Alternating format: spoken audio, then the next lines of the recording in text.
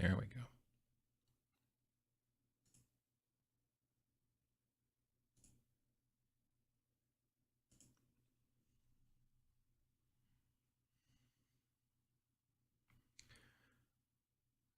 Okay. Cool. No, I just gotta pop out the chat, which I forgot to do. Clicking, clicking, more clicking. There we go.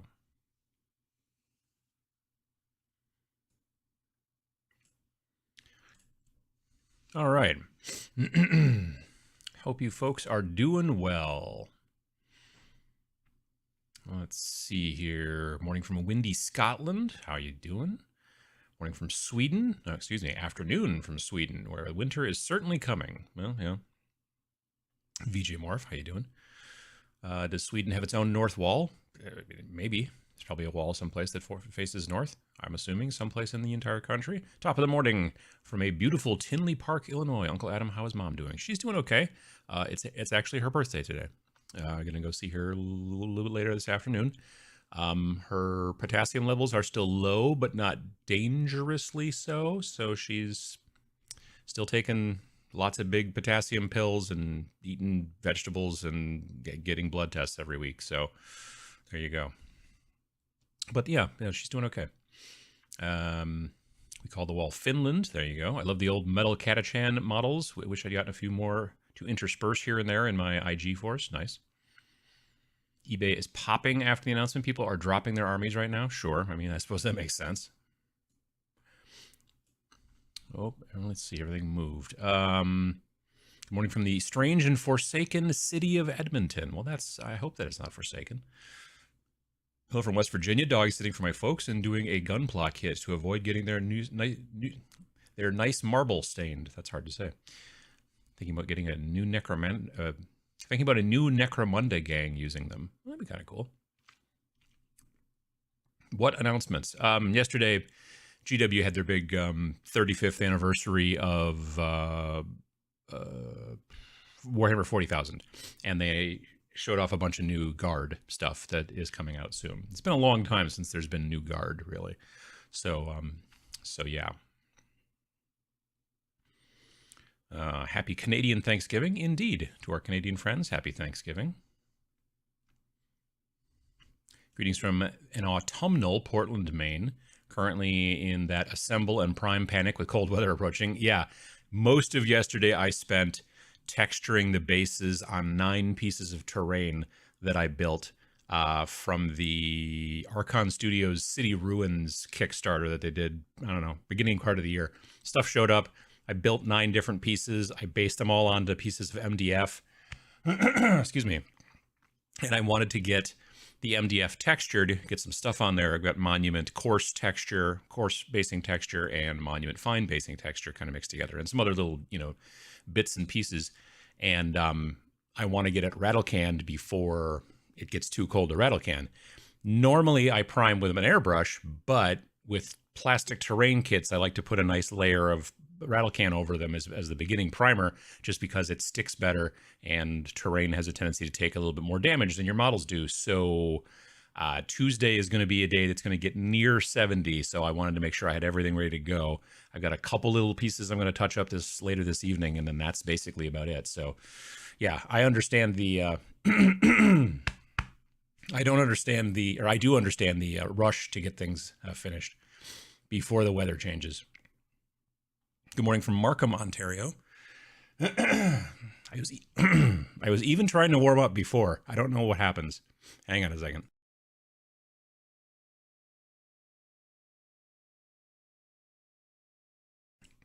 All right, let's try this again. Markham, Ontario. So excited for new Imperial Guard while building a guardsman squad. There you go. Morning from Indy. Overland Park, Kansas, Los Angeles, a moderate London, Muncie, Chiba, Japan, super rainy recently, Doyle, mid-Michigan, happy birthday, Mrs. Adams' mom, there you go. Good afternoon from Germany, Swindon, Columbus, Ohio, finished my crew for Space Station Zero and final touches to my Marvel Zombicide units. Nice. Good day, Tabletop Minions from South Ontario. Thanksgiving holiday weekend. No gaming action, criminal. Well, you know, can't happen all the time, I suppose. Greetings from a sunny Finland, currently painting Untamed Beasts, and it's a very nice autumn day. Yeah, it's pretty sunny here. I think it's supposed to get 58 Fahrenheit today, so that's not so bad. Southern California, Hokkaido, Japan, West Midlands, chilly in Ohio today, so it's a lazy inside day for me, sure. Domo Origato, Mr. Roboto. There you go. Good morning from Gray, Ottawa. Just finishing my last GW tree from the old Warcry terrain set.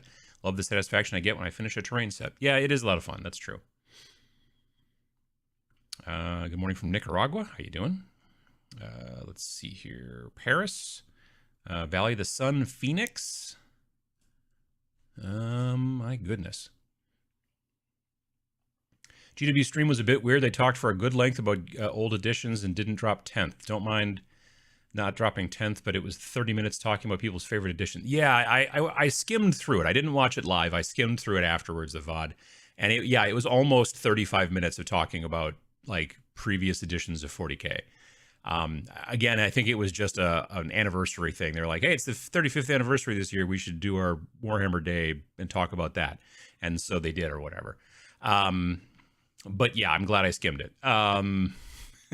So yeah, I didn't think that they were going to talk about 10th yet. They probably won't talk about 10th. If we're going to assume that 10th is coming out this upcoming summer, which I am assuming because it'll be 3 years, I assume they'll start talking about it in the spring, probably. Maybe even late spring. Yorkshire, Ireland, or England, sorry. New Zealand, 3 a.m. painting Voidsguard. Well, my goodness, that's early in the morning, isn't it? Chile, Eau Claire, Wisconsin. Good morning from Queensland. Kleefeld, Manitoba. Hi from the UK, but now back to vacuuming the freaking carpet. My wife is watching football currently, and because it's the Packers, the Green Bay Packers, and they're playing in England today with the New York Giants. I think it's the first time the Packers have played in England. The NFL has been trying to get teams to play over there and get some got a little tiny piece of schmutz. All right, not coming off. They're trying to get the NFL spread out in other parts of the world or whatever. Anywho, yeah, the Packers are the last team to finally play in England. And evidently it's because they've never particularly... The thing about the Packers is that the games are always sold out. Like every Sunday, every home game is always sold out. So for them to have a home game or whatever that's not in Green Bay, they kind of lose a bunch of money. So that's why they were evidently, from what I've heard, that's why they were the last team to finally agree to go and play an England game. But evidently that's what's going on today, which means it's, football at 8:15 in the morning or whatever is when it started. So Wilmington, North Carolina, Subterranean, Ontario. Nice. Sunshine State, Miami, Florida. From Tennessee, prepping for an Interface Zero RPG game this afternoon. Thought I'd listen while I put the final touches on things. Nice. Hydrate them cords. Yeah, that's not a bad idea either. I've got coffee and I've been having it, but I don't know.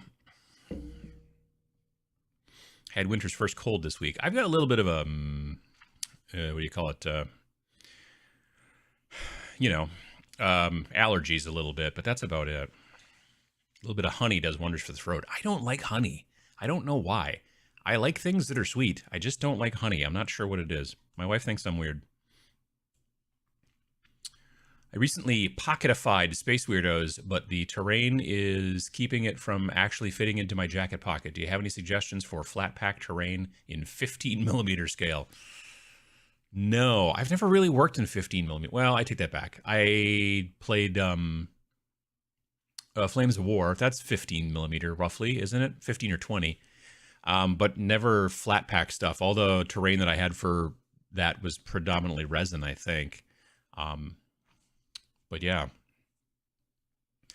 People were theorizing the Guard might get regiment-specific upgrade sprues. What do you reckon? I mean, it's a possibility, you know? It depends on how hardcore they want to go. I mean, the Guard is pretty popular, so... And it's been a really long time since they upgraded anything.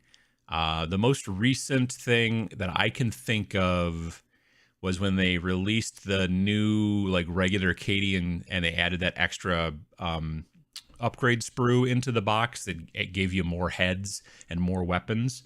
But it was still the plain old, regular, old, chunky bodies. I gotta say, I was a little bummed that these new guys are so thick. Especially when you see stuff like the Traitor Guard that they released for, you know, in the, whatever, on a Morok or whatever box that was for Kill Team. Yeah, I don't know. Like, both that and the guys that they showed off for the new Kill Team stuff yesterday, too.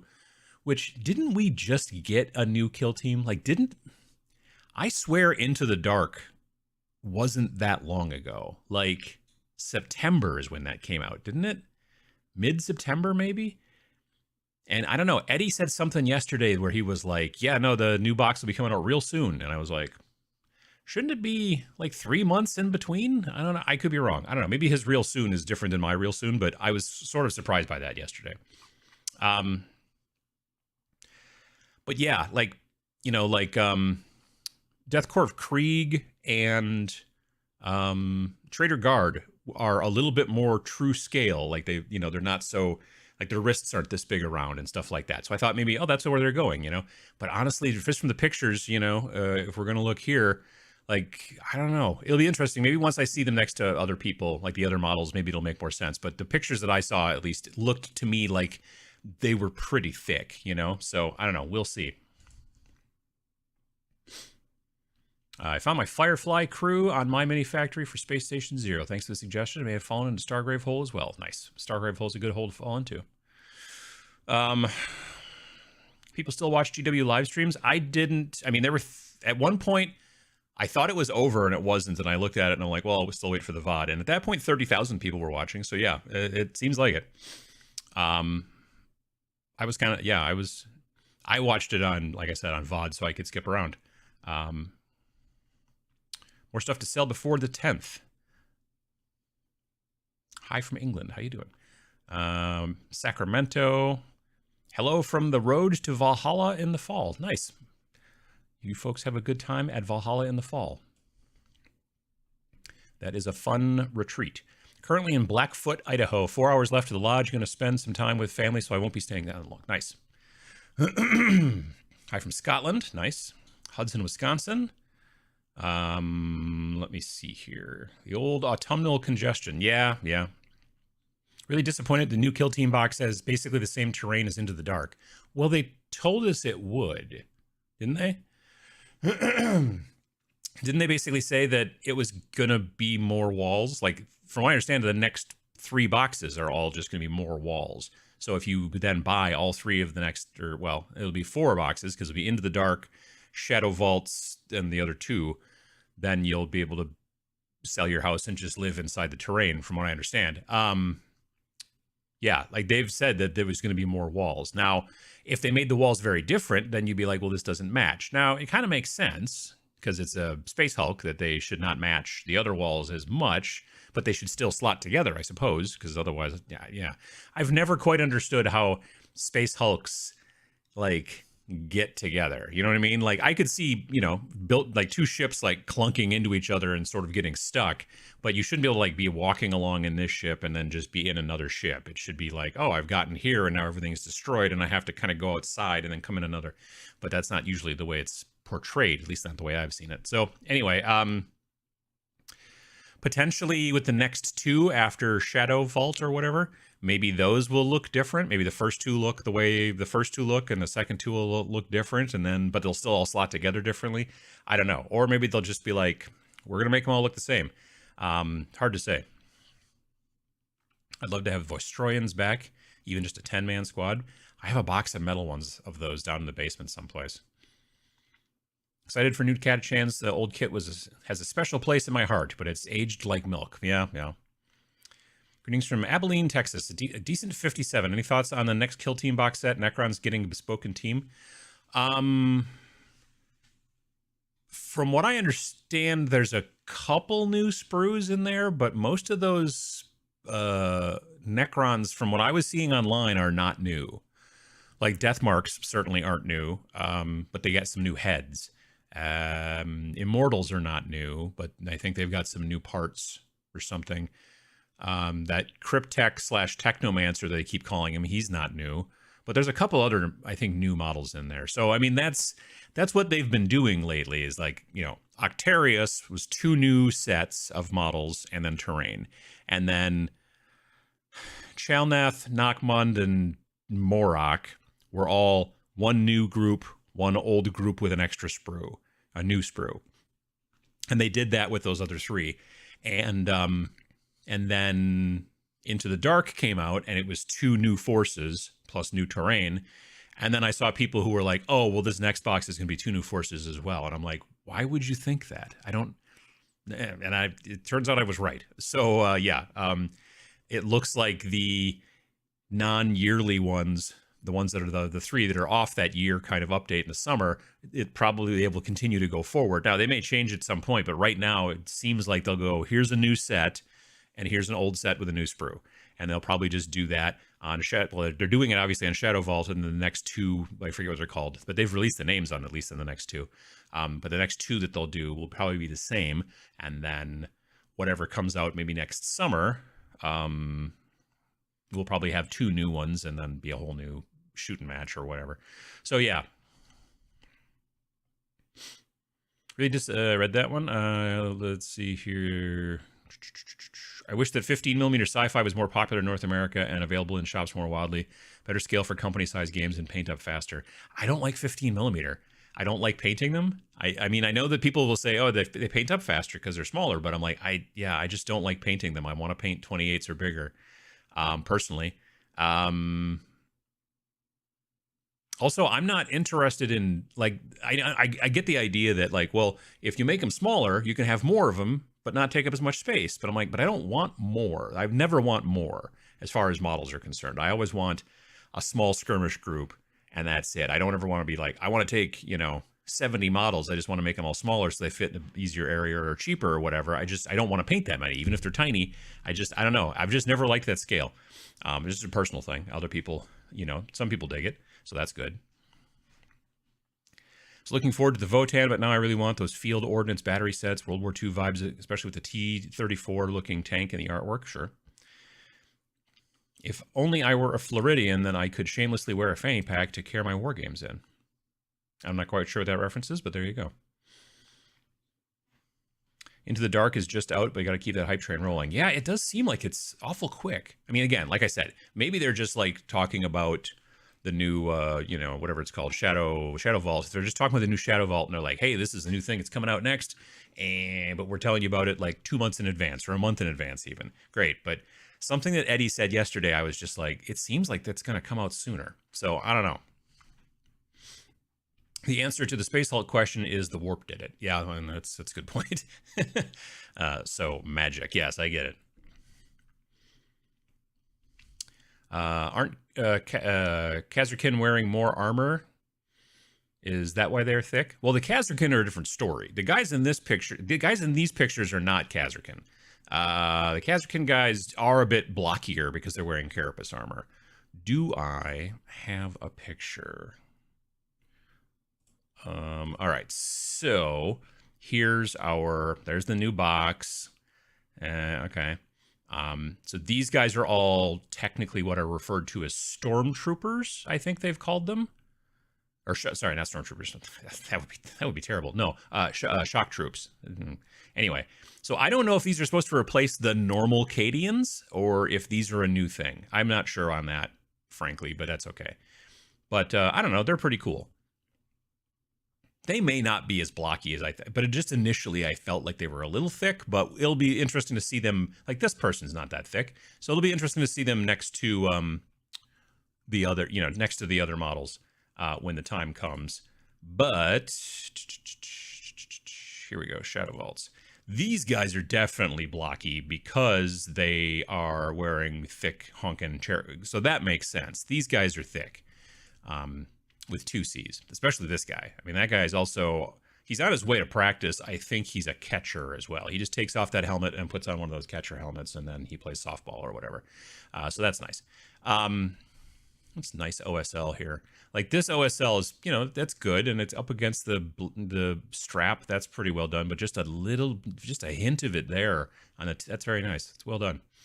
Anyway, so yeah, these guys then that are in the new Kill Team box, which I'm assuming they'll release them separately later. They've done it with everybody else so far, I believe.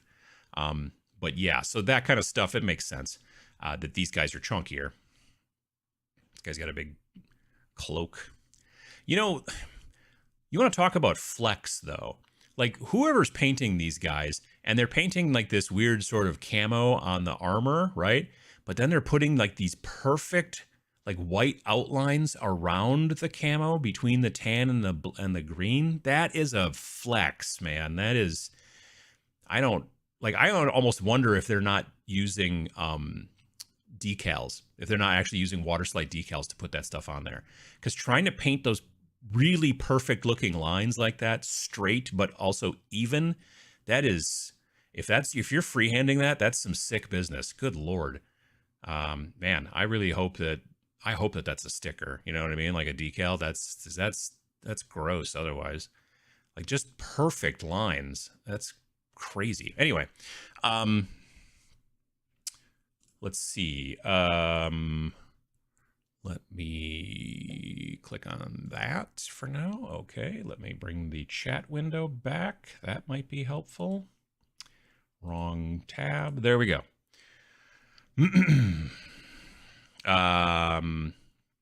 When 2 ships love each other very much. It's true. It's a very good point.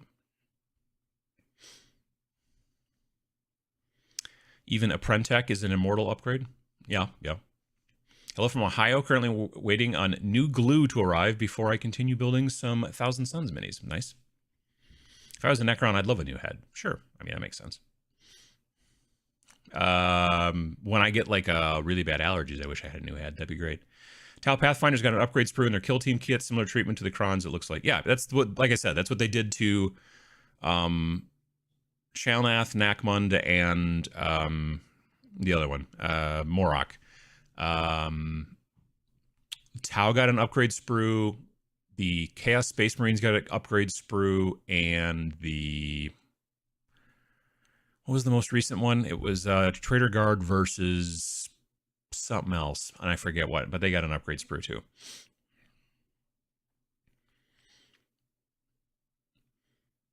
The ships are fused like they are clipped during teleportation, and the book's chain fists and cutters are used to go from ship to ship in Space Hulks. Well, that's at least an explanation there.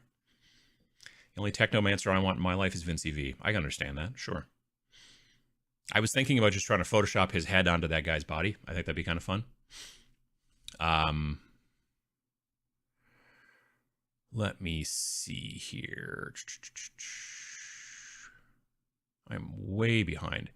I'm getting older. 15 millimeters too small for me. 15 millimeter convert from 6 months ago. I am converting my Space Hulk to 15 millimeters. That's kind of fun. I mean, I don't know, like a game like that, I could see maybe. Yeah, it's kind of cool. The only time more models is good is when someone else is building and painting them. Yeah, well, I mean, there are people out there who dig that kind of stuff, but for me personally, yeah, I generally like to stick with skirmish games because then I can work on 7, or 5 or 10 models and that's my entire force. Awesome. Love the Votan and the new Astra Militarum, but I'll never be able to paint that many models. Hope they release kill teams at release. Yeah, like I said, I think like that box of all the Votan and stuff like that, I have a suspicion that most of the stuff in there, probably all the stuff in there, will all come out in separate boxes, I would think. Honestly, all I really want is just the main, like, normal regular troopers. Like, that's the rest of the stuff in that box I don't want. I just want the regular troopers. So hopefully they release those in a box separately soon, because I would like them. As far as these guard, I'm sure that they'll probably release most of the stuff. I mean, here's the deal. These boxes, they may wait a long time before, say, like, the commander guy is available separately, but the rest of the guys will come out. These boxes are a lot of times they're referred to as FOMO boxes by people in the community, meaning, you know, it's just fear of missing out. If you just wait, the rest of the stuff will all come out eventually, but, you know, or maybe you won't get the really super cool looking, box or a book. It'll be the normal version of the book, not the fancy version of the book. Well, I don't care, you know, but some people do, so that's fine.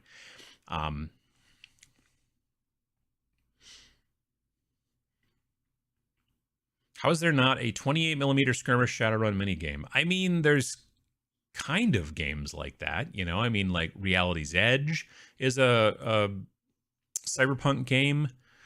There is a Cyberpunk Red skirmish game made by Monster Fight Club. So if you look up Monster Fight Club Monster Fight Club, what the heck is it called? Cyberpunk Red skirmish game. I think that's all it's called. You can look that up. But actual Shadowrun, yeah, I think that there's a legal thing going on there. I think somebody owns it and doesn't want to do anything with it. You know what I mean? It might be the same people that technically own BattleTech, and it's not Catalyst. It's actually like Fleer or Tops or some trading card company that ended up getting the rights for the tabletop game, or I don't know. I have no idea actually, but you'd think it would make sense. One small skirmish team leads to another and another. Before you know it, you've bought so many minis, you might as well have collected a company level game. Yes, but I didn't have to sit there and paint all of them at once. I was able to do 10 models, paint them differently. Then I was able to switch flavors and do 10 other models, let's say, and then 10 other models. And you're right. Eventually I have enough to play a single army, except that I get to play 10 different styles, and I got to paint 10 different styles. Like, that's for me is the thing. Like, that's what's fun about a buffet. Like, if you go to a buffet, I don't like to go to a buffet just because I want to eat just mashed potatoes until they have to call an ambulance. I want to have a little bit of this and a little bit of that and a little bit of this and a little bit of that, and then call the ambulance. So, yeah, that's for me. It's the different types and the different flavors and the different options. I may paint as many models all told when I'm done, but then I still only have the one army to play. Whereas if I paint a whole bunch of models for a bunch of different groups, I get a lot of different options. I can play these guys, I can play these guys, I can play these guys. And that's what I like, is variety. I've never been one of those people who's like, this is my army, this is what I do. I'm always like, you know, Sam and I played Warcry on Wednesday afternoon. We played Warcry, and I didn't run my Snarlfangs and all those gits and whatnot. I ran my ghost guys. I ran the Night Haunts. Knight of Shrouds, is that what they're called? Not the one on the steed, but the one on foot. Well, he doesn't have any feet, but you know what I'm saying. I ran him and like and then an Extoller of Shaish or whatever. He's the guy with the big bell that hits people with it. El Kabong. And then 3 of the Reaper guys, and then a bunch of the Chain Rasps. And we had a good time. I did get to use Reap Like Corn, which is a quad ability. I killed 3 guys with it in one shot, which was awesome. My ghost like jumped off of like a thing. Well, floated, because he's a ghost. He like floated off of a thing, landed amongst these 3 guys, and just did a spin, and then killed 3 dudes, which was awesome. And then after that, everything else went downhill for me. But nonetheless, still, you know, it was fun. It was a good game. I'd love to get a big army box to paint up. Being somewhat new to the hobby, all the practice is definitely needed. I mean, honestly, if you want to practice, and I've said this a bunch of times, go onto eBay and grab like a lot. And, you know, like someone will sell like, here's a lot of Spacemans, or, you know, or Space Marines, or a lot of Guard or whatever. Sounds like a lot of people are dropping Guard onto eBay right now because they're like getting ready for this next box. So you pick up some cheap, Guard, and then practice on them and paint them and mess around with them and stuff like that. Going out and buying a brand new box that's going to cost $250 or who knows how much. Especially if you're new, you may not want to do that. You may want to start with something else and kind of get some practice in. I'll even tell you to go practice on like plastic army men that you get from the department store or the grocery store, you know, in the toy aisle or whatever, if you have those. But, you know, there's options.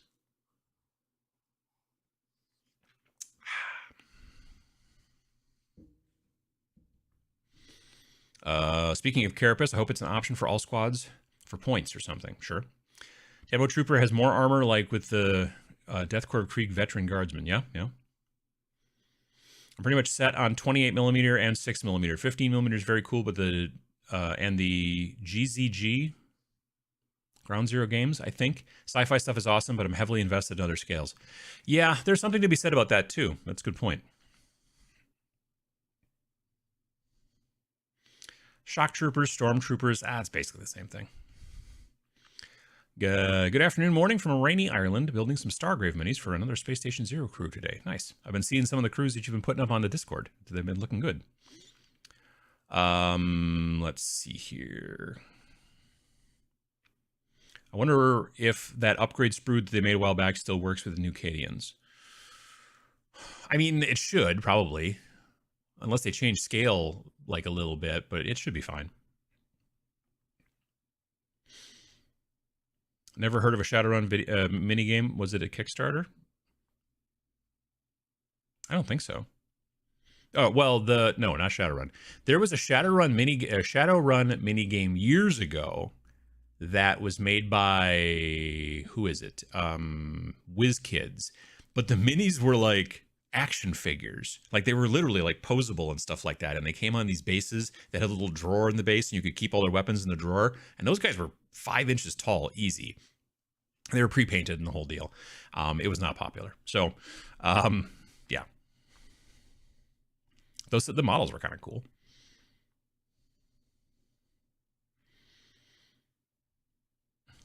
Buying Kazrakin at Kill Team prices. Yeah, no, that's that. Like I said, I have a suspicion they'll probably drop some other stuff out there. They may be Fallout Hobbies paint masks. Could be. Yeah, I was talking to a Fallout Hobbies guy at the heck was the convention? Nova Open. He had a booth there. Let's see here. I'm way behind. There we go. Every time I go into Torchlight games and hobbies, I get distracted by all the wicked stuff to such a degree I rarely make it over to the GW section to see what's new. Nice. Uncle Adam, have you ever used paint pens to do detail work on minis? No. Well, no, not paint pens. I bought a Pigma Micron like 005, which is very super fine marker, and they make it in a sepia color. And I used it to like make like writing on some purity seals or something like that one time. Maybe it wasn't purity seals. Maybe it was like actually one of those chaos guys that have all the like one of those chaos wizard guys or whatever, for 40K, but they're in power armor, but they're covered in all kinds of like, they're not purity seals, they're like anti-purity seals. I don't know, whatever. I do remember like scribbling tiny text, and instead of using my brush and making it look like crap, I used this tiny. But the thing was, if you do it in black, it stands out too much. It's almost too much contrast. So using the sepia color ink over the like kind of parchment color that you've painted on those things actually works quite well. So yeah. Sure, I've seen Shadowrun minis from Ironwind. Yeah, I mean, there's Shadowrun minis out there, but there's not a game per se. Like a specific game made by them, which is interesting. If you want crazy, take a look at those checkered patterns on Harlequins. They're a pain to paint, very patience testing. Yeah, that's why I wouldn't paint them ever. I mean, plus I don't like Harlequins. Like, I just don't, everything about them, I don't like. Just the look of them, the way they play, the story behind it, the whole deal. I just, and then the pants. I'm like, no, thank you. So what's your opinion on the new Guard release so far shown? I mean, I'm looking forward to seeing the models. I could see myself painting some of the regular bog standard troops for Grimdark Future Firefight from one-page rules. I think that'd be kind of fun. They would also work well potentially for, I mean, honestly, they'll work well for any kind of sci-fi game. You could use them for Stargrave, you could use them for Space Station Zero, you could use them for Planet 28, Space Weirdos, all kinds of games like that.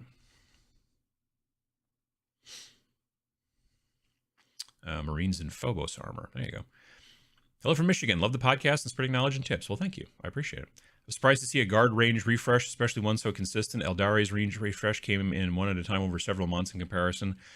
Guard are popular, so they're going to spend... It's like when they decide to make a bunch of stuff for Space Marines. I mean, they're popular. They know what sells.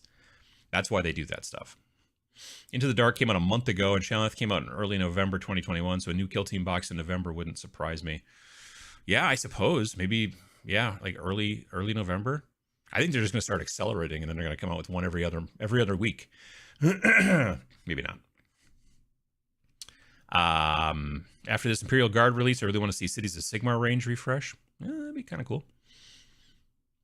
Chrome Hammer Ascension is basically a solo Shadowrun. I think I've seen that on Wargame Vault. Wargame Vault. Yes. I think that sounds familiar. Those super limited Codex battle tomes hurt me. I have the first Lumineth one, and it's now 3 or 4 books out of date. Never again. Yeah, that's the other thing too. Like, I don't want a collector box, or a collector book of a Codex, because no one will collect it in about 2.5 years or a year. You know what I mean? Like, it's just, yeah. Alpha Strike starter box is supposed to get to my FLGS on or around October 15th. So that's a little sooner than they'd said, because they told me at Gen Con they weren't going to come out till November. That's pretty cool. I think after I get this terrain stuff at least set up, I've got other projects as well going on, but one of the projects I want to start is I want to start working on building the models and maybe the terrain for Steel Rift from Deathray Designs, which is a mech combat game. It's a mech combat game that I'm much more likely to play as well, because the entire rule book is like 36 pages. So I like that a lot. I played a demo of it. Vince and I played a demo of it actually at Nova, and we enjoyed it. We had a good time. So I've got a bunch of the stuff, and I'm actually thinking about going onto Etsy, because I've got some of the like MDF terrain, because it's Deathray Designs. They make MDF terrain. And I'm going to still build it for sure, because it's nice looking stuff. But I also I don't know, for some reason, I just went onto Etsy and typed in like 6mm sci-fi buildings and found a lot of really cool stuff over on Etsy too. So I was like, it's like a lot of 3D printed resin, stuff or whatever, but really neat looking. So I'm like, no, I kind of want to buy some of that stuff too, and then paint that up and put it in there. So yeah. On a side note, I'm getting into Warcry. Too bad my local store is starting a kill team league going. Well, you can always try to convert some folks, and get some people interested. There's probably somebody there who's got some fantasy miniatures that they could use for Warcry already. That's one of the smart things about Warcry, is that, now the compendium, you get the PDFs for free, and then go, oh, I've got a bunch of Night Haunts or a bunch of Cities of Sigmar or a bunch of these guys or those guys or whatever, and now I can build myself a force, and then, there you go. Wasn't there a Shadowrun skirmish with card standees? I don't remember card standees, but I do remember the weird action figure ones from WizKids.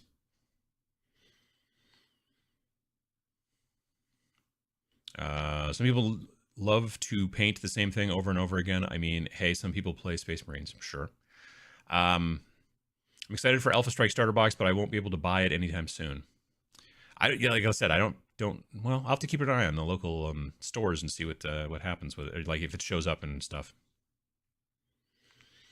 Thinking of Shadowrun, whatever happened to Rifts? Did they ever have minis? Rifts did. I owned some Rifts minis, which was weird because it was a role-playing game and it didn't seem like it needed minis, but they made minis anyway for reasons.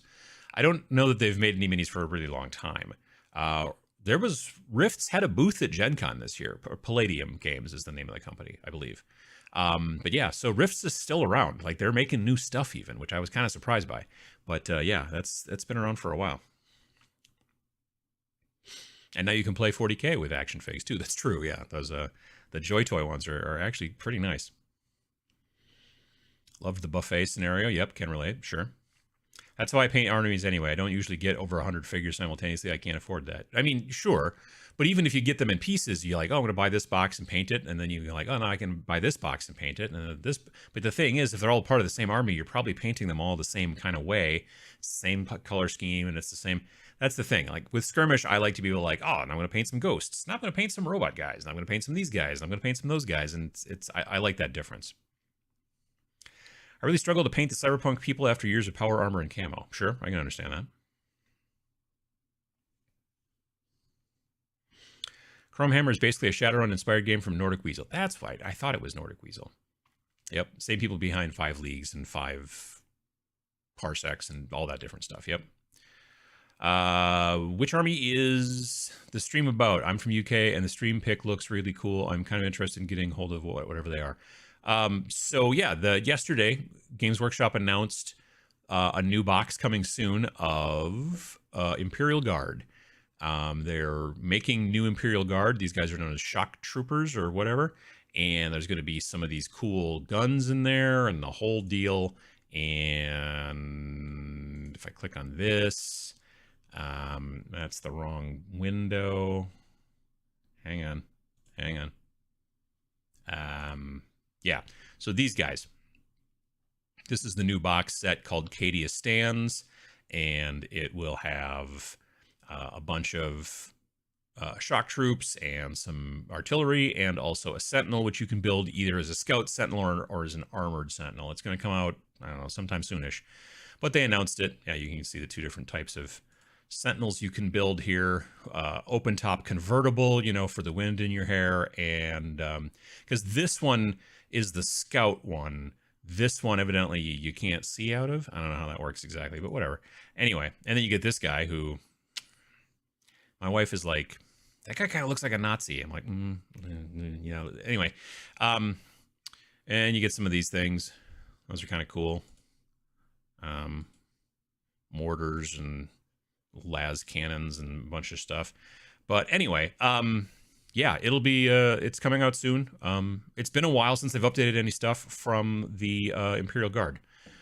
So that's good. That's glad they're doing it. Yeah, so they announced that. They showed off... What else did they show off? You can buy the terrain separate now that came out in... or you soon will be able to buy the terrain separate that came out in the most recent Kill Team box, Into the Dark, or whatever. There's going to be a bunch of new books about some stuff, I guess. And there's a cool new dude who is riding a giant robot dog. I don't know what's going on there. I don't know what that guy's supposed to be. Is it maybe a bull? I don't know. Anyway, it's evil chaos dudes. So it's kind of a cool model. I haven't played Berserkers and stuff in forever. So, but yeah, that stuff's coming out soon because it was like the 35th anniversary of Warhammer 40,000 yesterday. That's what the stream was about on Twitch that they did. Rifts is still alive. Don't know about minis. Yeah, I don't think they've had minis in a while now either. Let's see here. Warcry is superb. I like Warcry a lot. It's the like the game that I play from Games Workshop these days. Rifts currently does have a minis line. No kidding. And then it scrolled, and now I've lost everything. Son of a gun. There we go. Nope. Rifts does have a minis line. It's small, but it's there. They just released a resin glitter boy and pilot. Oh, that's kind of cool. Let's see here. Rifts also had some metal minis you can find on eBay. Yeah, I've got some, I think, in the basement somewhere.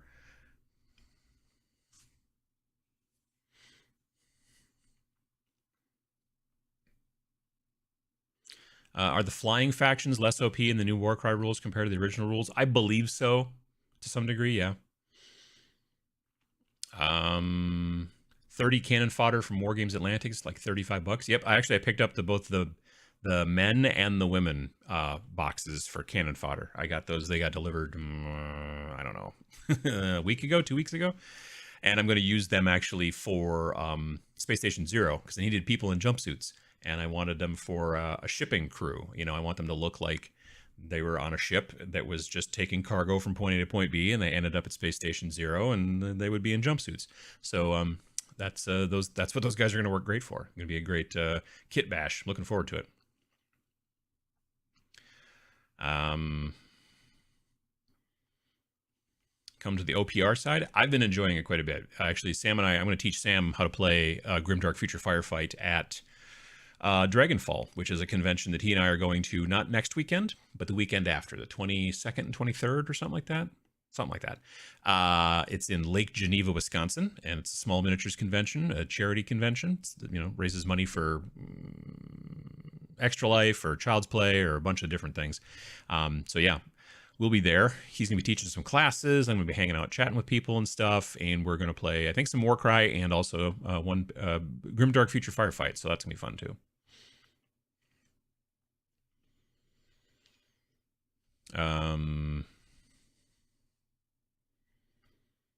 Let's see. With the current Cadians getting an update sprue and the new models being a dedicated Cadian shock troop box that can be infantry or Cadian, I think we are keeping the old and getting new. Yeah, it could be.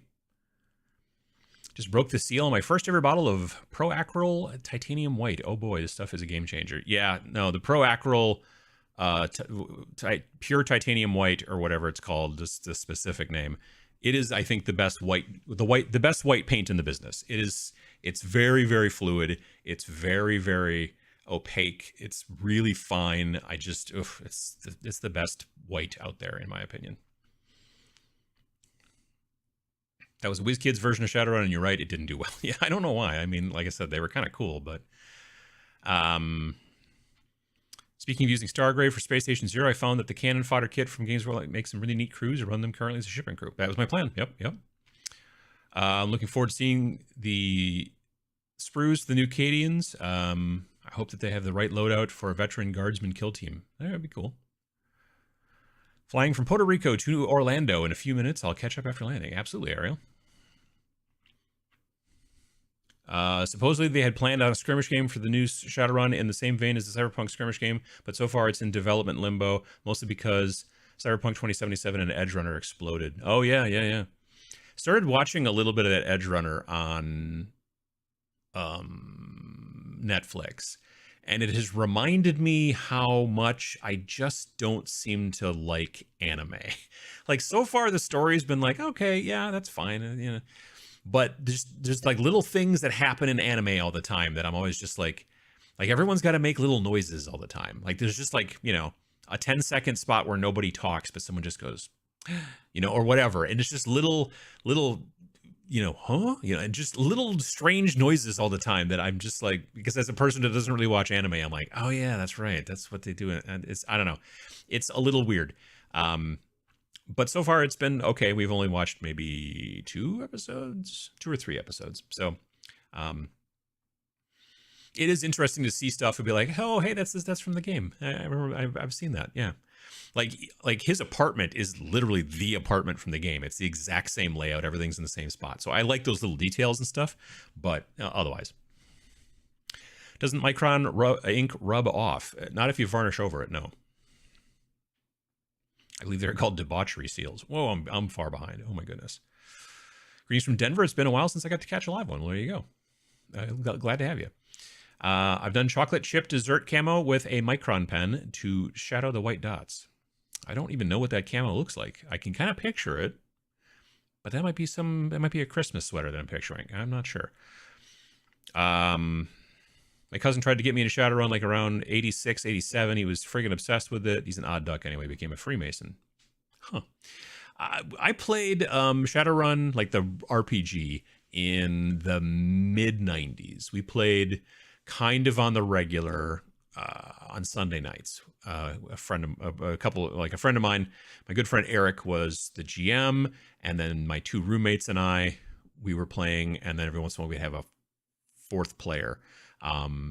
Scott, and yeah, we had a good time. We used to really enjoy it.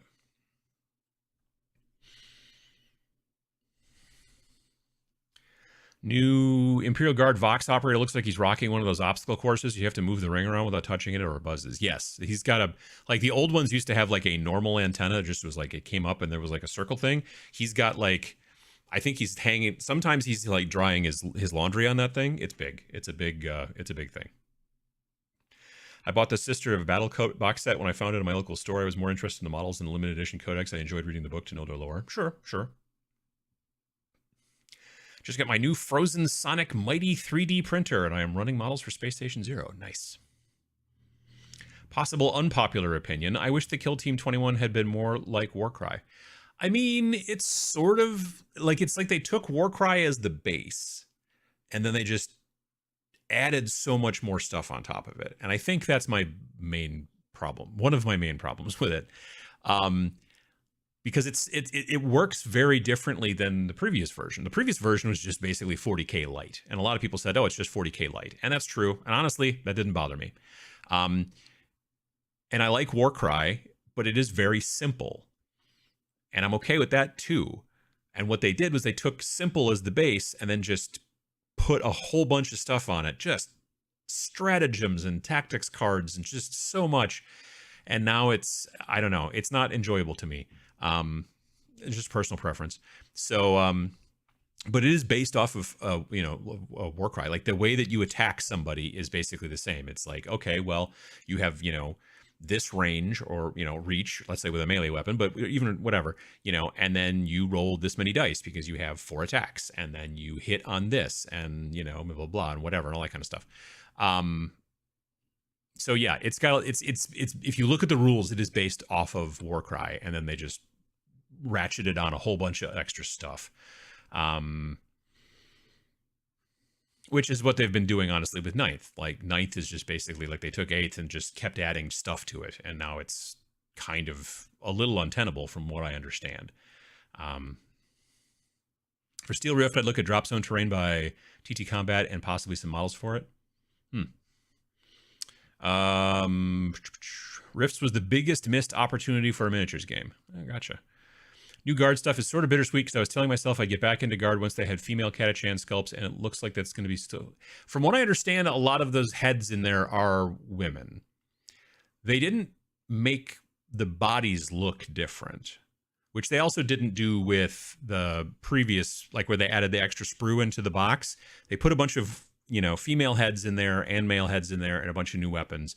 But their idea is that, and this makes sense to me, like, I don't want them to make like Catachans or, you know, whatever, shock troops or anything like that, where you look at the body and go, oh, that's a lady, because then that means they put in boob armor, which we don't need, or they've done something weird to their shoes, giving them high heels. Like, we don't need any of that stuff, in my opinion. So from what I understand, you know, yeah, in some of them, the heads are kind of difficult, but honestly, from a distance, if you're looking at a bunch of, you know, women soldiers in modern stuff, if they've got a lot of kit on and a helmet and all that stuff, you might not also know whether that's a guy or a lady from a distance. So yeah, but from what I understand, yeah, there are female heads in this new set. I saw somewhere, where did I see that? I don't remember where I saw it, but I did see it someplace. And as I went back and looked at them closer, when I watched the Twitch stream, I thought the same thing. I was like, I don't see any ladies there. That's weird. But when you go back and look at some of the close-up pictures, you're like, yeah, I think that's a lady's head. But it's kind of difficult, you know. I think the prime time for Rifts minis game would have been during the pre-painted and boxed minis boom. Yeah, maybe. I could see that. Savage Worlds Rifts is the way to go. I've heard a lot about Savage Worlds lately.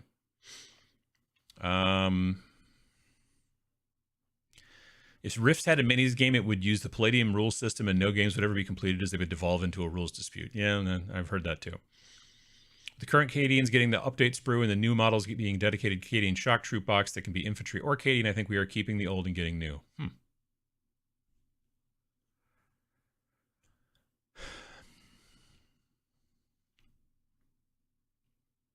I'm way behind. Nordic Weasel Games, you say? Why they make the best solo mecha war game out there? I can't think of the name of it. Oh, Weasel Tech? Is it Weasel Tech? I think it's Weasel Tech. Kelly, how you doing? I thought Cadian shock troops were just the regiments were called, and the Death Corps of Krieg or the... I have no idea. I don't keep up with the lore at all, so I'm not the person to ask. New artillery are amazing. Practically dioramas. Doing a set of 6 as wrecked positions for an objective set would be fun. Oh yeah, that's kind of cool.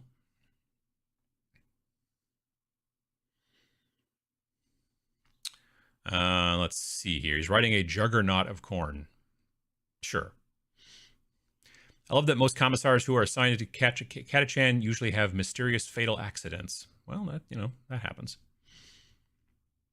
Using RPGs for minis is optional, but some of them are easier with grids and minis and tokens, and that's another revenue stream, so it will be promoted. Yeah, I mean, that was kind of, from what I understand, the way it was with 4th edition D&D. That was like basically a really fancy miniatures game. But with 5th, that's not a requirement anymore, from what I understand, which is nice.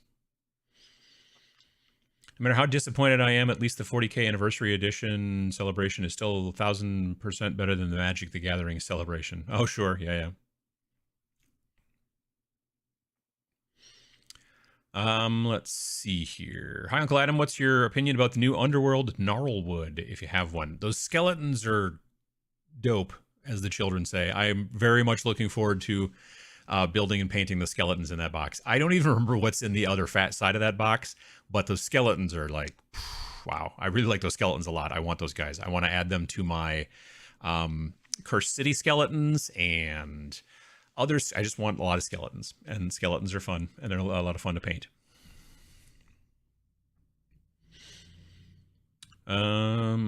Let's see here. I feel the urge to induce migraines and run a Rogue Trader game for my buddies to celebrate 35 years of 40K. I've been painting old metal models the last couple of years on and off with that in mind. I mean, that's kind of, if everybody's cool with it, then it should be fine. Proacral stuff is great just all around. It's true. I'm a big fan of it. Love their brushes. Love their paints.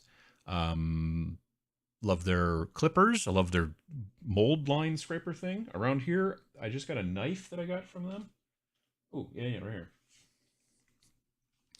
So this is their Monument hobby knife, which is pretty cool. The thing that's neat about it is that it's like a retractable, like X-Acto blade. So it just uses what they call the number 11, like X-Acto blade, and it's replaceable, but it's also retractable. So it's not like those blades where it pops out and you snap them off when they get old. It's like a normal, X-Acto style blade that we're used to, but it retracts for travel or whatever. And it's really nice. And then you don't cut yourself or poke yourself or have to find a cap, which you then lose or whatever. And it's very cool. I just got it from them 2 weeks ago, maybe. It's pretty cool. I think it's been out for a while, but it's pretty neat. Heresy Games is having some financial troubles now and is begging for sales. They have some jumpsuited spaceship crew. Heresy Games. I'm not sure if I've heard of them. Maybe. Heresy Minis. I looked at the Trader Guard rules for Kill Team and decided I wouldn't be playing Kill Team. I like the models a lot. WizKids Shadowrun game was expensive to buy into, and there were only like 6 or 8 figure choices to play with. They were fun if you like action figures, but as a game, it's weird. Yeah, I think that was the main issue, is that the game, I think it was one of those situations where like, well, if these 6 or 8 figures take off, then we'll really throw a bunch of money into it. And it didn't, which I could have told. People need to pay me money to be a consultant and go, that's not gonna fly. You're not gonna get any money back from that. Or be like, oh, that's a good idea. I think it's a good idea, I'm smart. I could do that. Anyway. Shadowrun launched in 89. Yeah, I played in, I think we played 2nd edition. I think it was 2nd edition, and we played in like 95, 96, 97, somewhere in there. That's when I lived with Phil and Sean, was 95 to 98, I think. So that's when we played. Reminds me of old cars in the 80s with the radio antenna missing and replaced with a coat hanger bent into the shape of Australia. Yeah. Picks up radio stations better then. Does Asterisk bold in live chat like normal YouTube contents? No, it doesn't seem to. Oh, yeah, I don't think so. Just had a look at the Shadowrun Duels action figures game that you were talking about. My God, what a strange decision from marketing perspective. They were like, looks at Inquisitor and said bigger. Yeah, and also like posable, and that whole, yeah, I know. Yeah, that was weird. Like, it wasn't going to be a miniatures game. It was supposed to be just slide them around and shoot each other game, but there was no terrain. So then, I don't know. I have a real hard time with the concept of like, this is a miniatures game, but it doesn't have any terrain. I guess from the aspect of like a gateway game between board games and miniature games. So like Warhammer Underworlds, God Tier, games like that, where you're playing on a hex grid and it is a game that straddles the line between board game and miniatures game. Okay. But if you're like, hey, this is a miniatures game, but there's no terrain at all, then I don't really think it's a miniatures game, in my opinion. That's just me. You're basically taking your action figures and being like, pew, pew, pew. And that's fun for a while, don't get me wrong, but I don't know if it's a game per se.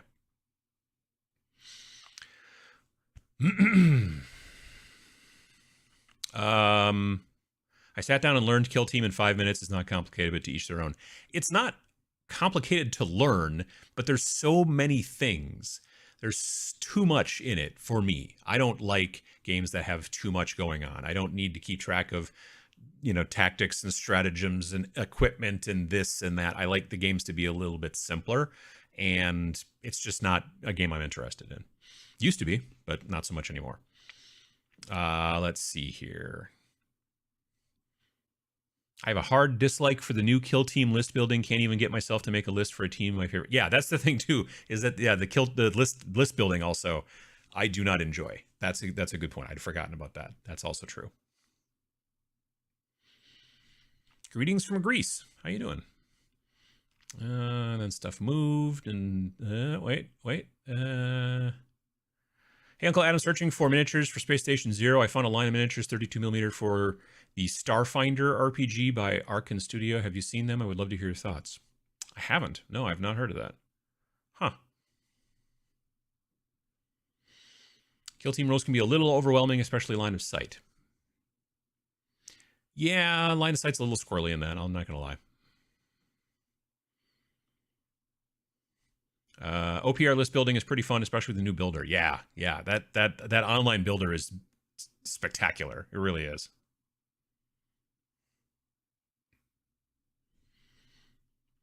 Cyberforge dropped a not Star Trek bridge crew this month, getting those painted up for Space Station Zero and maybe Stargrave. Nice.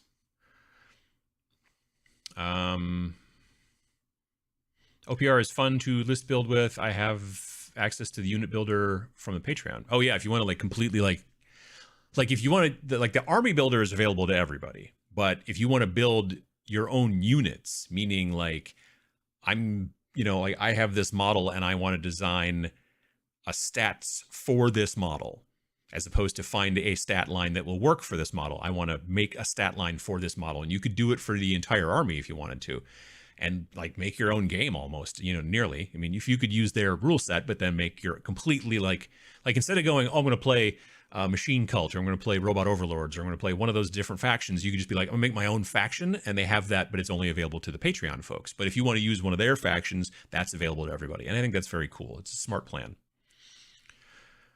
I picked up the WGA Panzerjäger unit for tasteful lady troops. I do wish they had actual tank hunting weapons in the kit, though.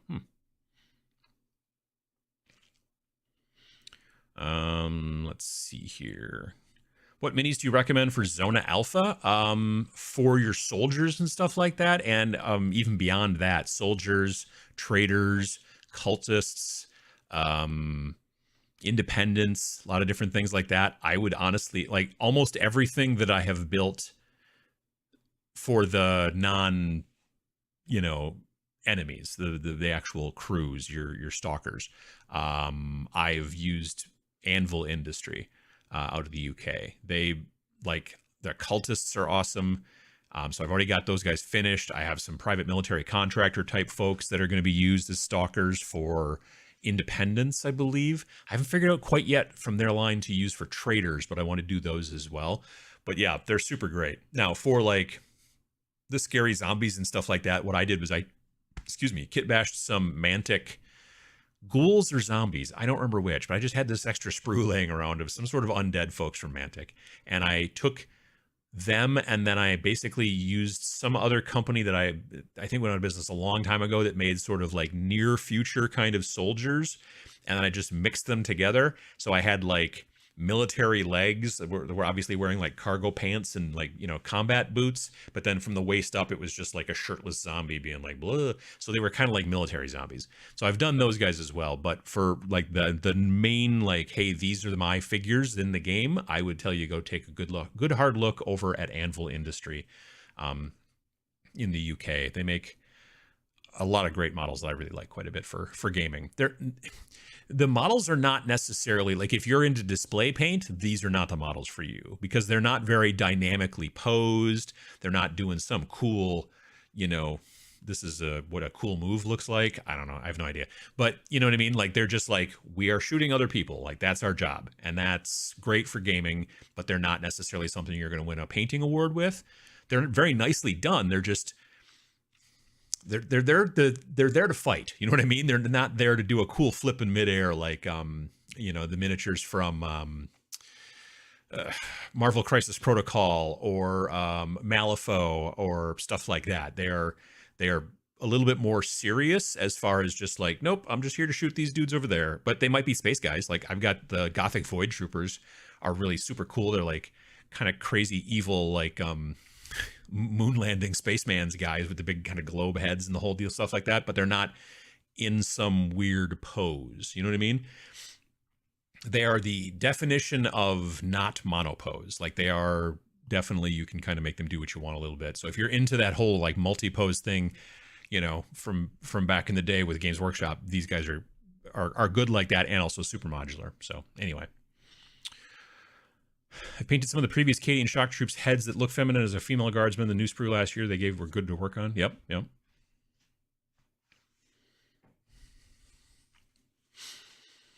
The new Cadians look somewhat taller or more Primarisified. I wonder how they'll look next to the older ones. Maybe that's just me. I can't tell if they are taller or if they're just more slender. So yeah, you're right. I do want to see what they look like next to the old ones to see, like, did they get bigger, like taller? Or are they just slightly more skinny? Like the new, like if you take a look at the Trader Guard that came out in Kill Team a while back, those guys aren't really any taller than normal guardsmen, but they are skinnier. They're not so, like their wrists aren't this big around like normal old school guardsmen. So that's kind of I like that. If they would have made them like still thick but taller, like a head taller than regular guardsmen, that would have sucked. So they don't seem to have done that, at least with the Trader Guardsmen. So we'll see how these look.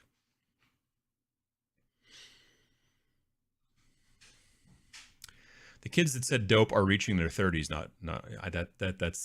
That's the joke. That's not what, because I know it's not what the kids say today. They say that that it slaps. That's what they like to say today. Skeletons are fun if they're accompanied by xylophone music and possibly a trumpet. Doot. I saw the video you posted about painting your first competition model, but don't use Twitch. Have you started? No. Well, I'm not going to probably be painting it on Twitch. I'll have it around on Twitch so people can see it. But yeah, I take that back. I have the model purchased. I know which model it is, and I have it purchased. And I've done just the tiniest bit of research so far into what color scheme I want to go with. Or at least the base kind of armor color scheme, not necessarily the whole, shoot match, but yeah. I've talked a tiny bit with Vince about it. I've talked some with Sam about it now. So yeah, the plan is to have it done in time for Nova Open, which is in August, late August next year. So I've got some time, but I have not even started building it yet. I do need to figure out which head I'm going to use, because I think it has multiple head options. So I'm going to check that out too.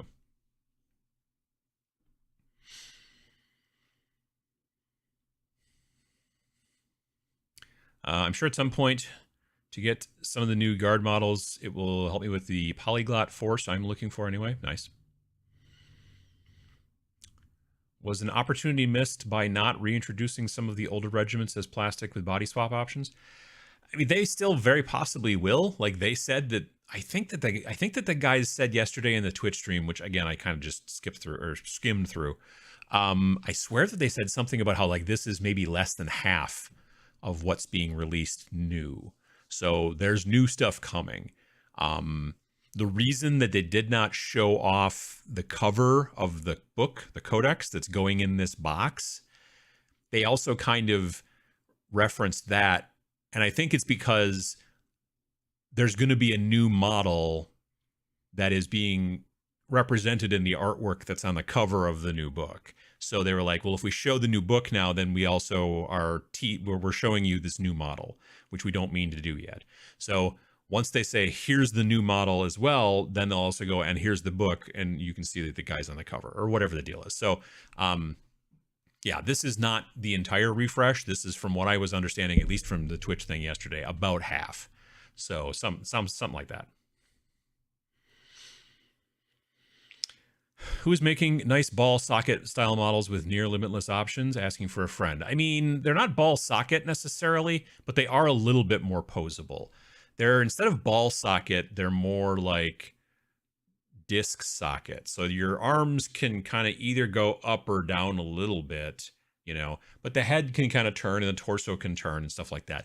Those multi-pose models are not particularly posable anyway. I know a lot of people are like, well, I don't like the monopose because they're like, but I'm like, The multi-pose models, not that posable. It's not like you can be like, hey, let's make him, I don't know, pop and lock. And I mean, like, no, they're just like, you can either make the gun go up a little bit or down a little bit. You make the head go this way or that way. And yeah, you know, it's kind of posable, but it's not, you know, it's not like a cool action figure. Let's just say that. What do you think of Marvel Crisis Protocol? I've been loving its simplicity and more intimate setting with less models. I keep feeling like it's something that I should probably try to get. I own the starter box and a couple other models. I bought the starter box at the beginning of the pandemic. I'm like, well, I got a project for the pandemic. And then obviously everything else was a project for the pandemic. So I don't know. I think there are some folks around here who play. I really kind of need to get a demo of it again. I've watched a couple of games at Gen Con this year. Yes. And I watched a little bit when it was first announced pre-pandemic. I watched a little bit when it was first announced at Gen Con as well. I want to play it and get a better idea for it. It's funny because the models just don't speak to me. They don't, because the models are based more off of the comic books and less off the movies. I watch the movies, but I don't really read the comic books too much. I don't know what it is. Like, I've never been super into superhero comics. I've liked some, you know, like I liked Frank Miller's run with Batman, like, you know, Dark Knight and stuff like that and whatever. Dark Knight Returns, I mean. But that was honestly, I liked the artwork a little bit more and the kind of different take on the story at the time. But otherwise, I've never really kept up with superhero comics. So that's part of the issue. I've watched superhero movies, but it's, again, you know, it's 2 hours, maybe 3 hours tops. And then you're like, okay, cool. And you can go on with your day. But also when you have to make something a movie, it has to be slightly more realistic looking. And I think that also helps me out too. I don't know. It's weird. Like, I like comics, but I don't generally read superhero comics too much. I mean, I guess, well, Hellboy is a superhero, sort of, but not like in spandex running around, you know, etc. You know, I don't know. Long story short, I haven't done anything with it yet. I think my problem also is that I wouldn't paint them to look anything like the comic books. And I think that that's also a bit of a limiting factor for me. I don't know.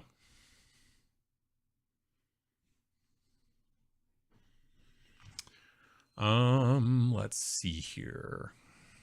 I am way behind again. Sorry. So was the other GW announcement Dark Mechanicum is coming? That would be cool. Again, not something I'm going to buy, but I think the minis would look cool. That thing at the end, that teaser, I had no idea what that was. Could be Dark Mechanicum. Could be, I have no idea. Like, they did that thing at the end, and I was like kind of squinting and looking at it going, Chaos maybe? I don't know. Yeah, I don't know.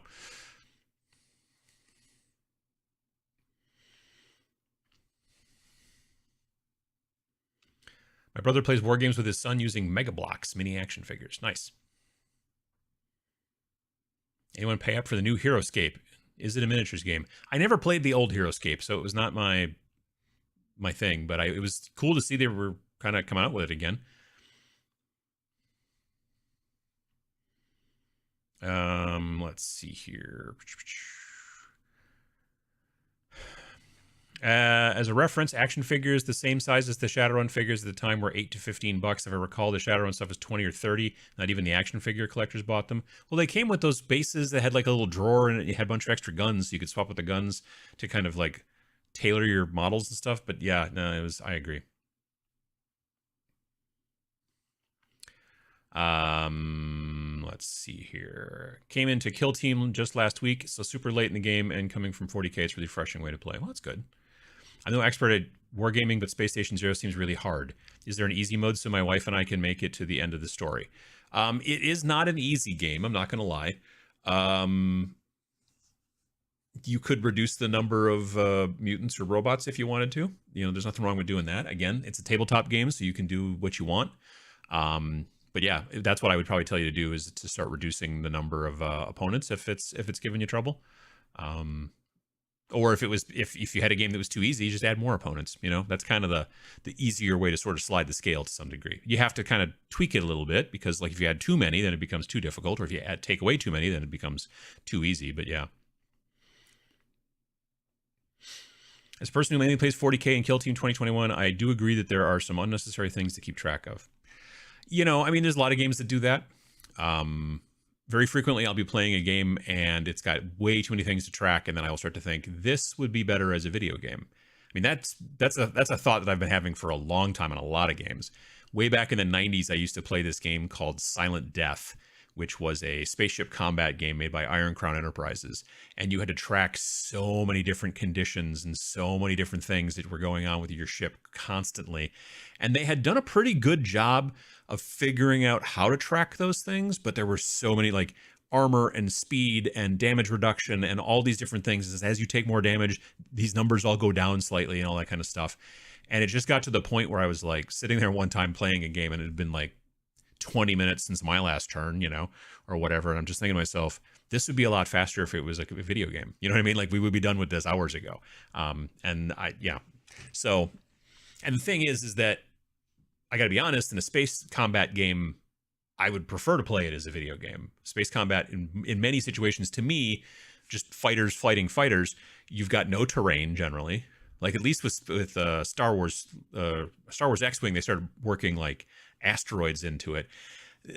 Star Wars X-Wing made sense because you had asteroids, so you had to kind of watch out for those. You didn't really have to mess with that at all in a game like Space Hulk. It was an older game. It was from the 90s. Not Space Hulk. Silent Death. I always get those two names mixed up. But yeah, it was a fun game. I enjoyed it, but it sometimes, especially when you were playing with a bunch of people, it was way too much. So I kind of preferred kind of dialing it back, either playing with 2 players or trying to figure out a way to maybe dial things back a little bit. But yeah, when there's too many things to track, then I go, this probably would be better for a computer to do it versus me trying to do it with tokens and pieces of paper and all that kind of junk.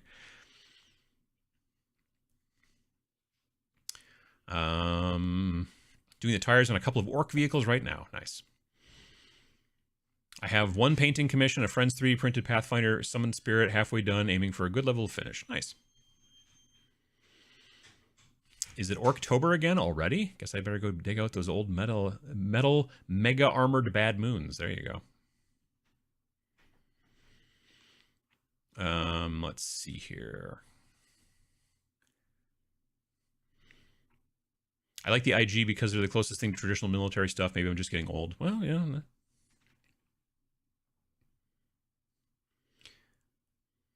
I love the Nightmare Before Christmas coffee mug. Oh yeah, my mom gave that to me. I've been squirreling away parts for my Imperial Guard force, scrounging extra packs and pouches for my 1/35th scale military miniatures spare bins. I like the heavily laden look. Yeah, I think it's kind of cool looking.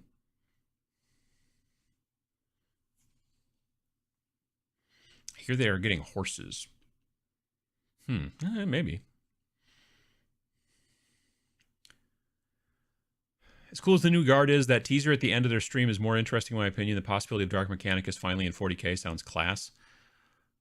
I wonder, like, they could just make up... Well, okay, so you make a couple of special units, what do you call them? Like, HQ units and stuff like that, maybe.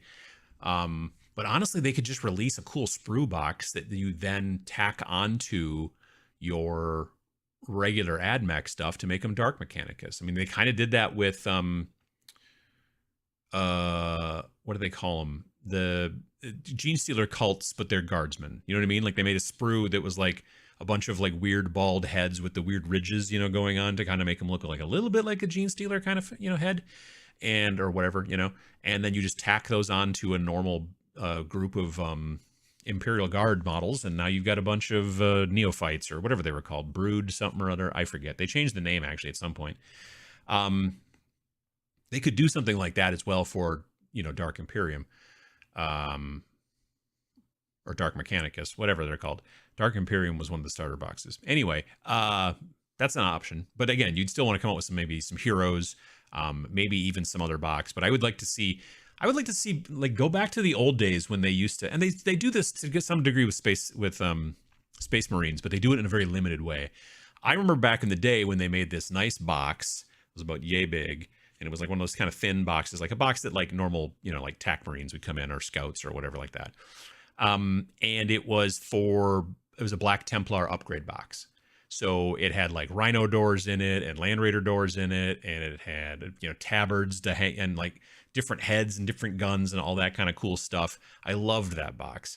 And you can get these little kind of clear clamshell kind of things that's like, oh, here's a bunch of shoulder pads and guns for White Scars or for Ultramarines or whatever, for your Primaris guys or whatever. But there's no, doors for rhinos in there or repulsors or whatever the heck they got these days. Yeah, I'd like to see them go into that. Like if they made a Dark Mechanicus, like good size box, like again, like a standard unit box, that was just a bunch of cool bits to turn your normal AdMech models into Dark Mechanicus, that'd be pretty cool. But if they're like, well, we're going to make an entire new line and it's a whole thing, well, they could do that too, I guess. But yeah.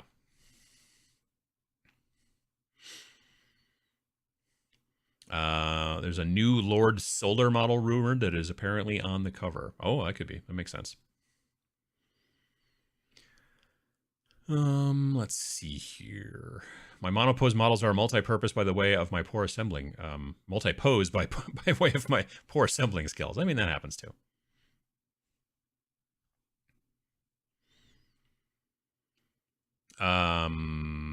Let's see here. With GW releasing 40k rules using the Kill Team Space Hulk terrain, should we lose all hope on a new Space Hulk board game? Yeah, probably. Seems like it. Yeah. I don't feel like they're going to do that, which is a bummer, but, I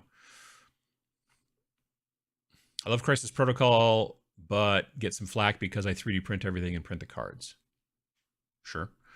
To me, a true monopose model is like the easy build from GW. The choices are so limited, they might as well not exist. Even the direction of the head is locked in. Yeah, but you get like a really interesting looking model. Now, if you're like, I need 6 of these, well, then that does kind of suck because then they all look like they're like doing like a dance move at the same time or whatever. They're coordinated, possibly in the middle of a musical number, which, happens. But yeah, no, in those situations, yes. But I don't mind, frankly, when like there's like a special hero unit and they are designed to be like in a really dynamic, interesting pose. I think that's more interesting to paint and stuff like that. But yeah, if it's, like if they made just like regular, like, let's say Space Marines or these Imperial Guard guys, if they made them all like, these are all super crazy monopose. Well, if you need a bunch of them, like you generally do with the Guard, all of your units will look identical to each other, which, to be fair, the monopose ones guys do, the multi-pose guys kind of all look identical to each other as well, but they're not as easy to pick out because, again, you can turn their heads a little bit, you can turn their torsos a little bit, you can do a little bit of this, plus they're all just walking around holding a gun. So that's what people do when there's a bunch of them and they're soldiers. But if they were all doing like crazy poses and stuff like that, you'd be like, why are all 4 of those guys doing the same? Are they practicing for a, is there a regimental musical that I don't know about? That kind of thing. So you got to watch out for that.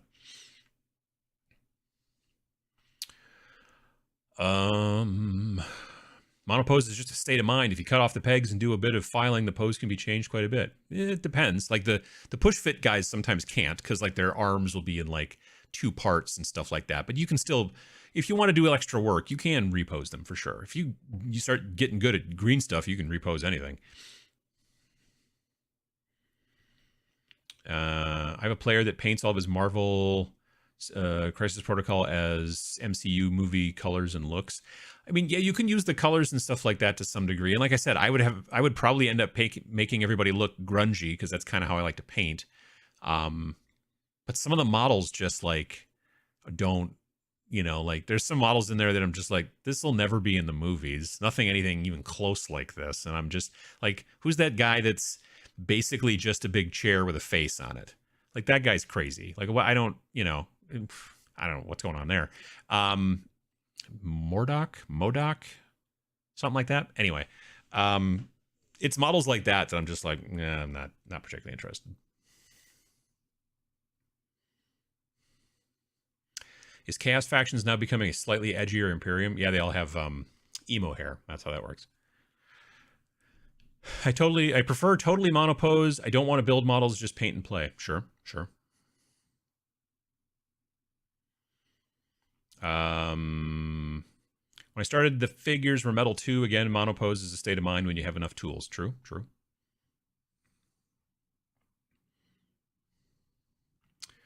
I have the Silent Death game down in my basement. Yeah, that's it was an old school game. We used to play a ton of it. Iron Crown Enterprises also did Rollmaster. Yep, played Rollmaster in college. A friend of mine was really like super knowledgeable about it, so he was the GM, which you needed somebody super knowledgeable in it because there was a lot of charts. It was frequently Rollmaster was frequently referred to as Chartmaster because there was a lot of charts.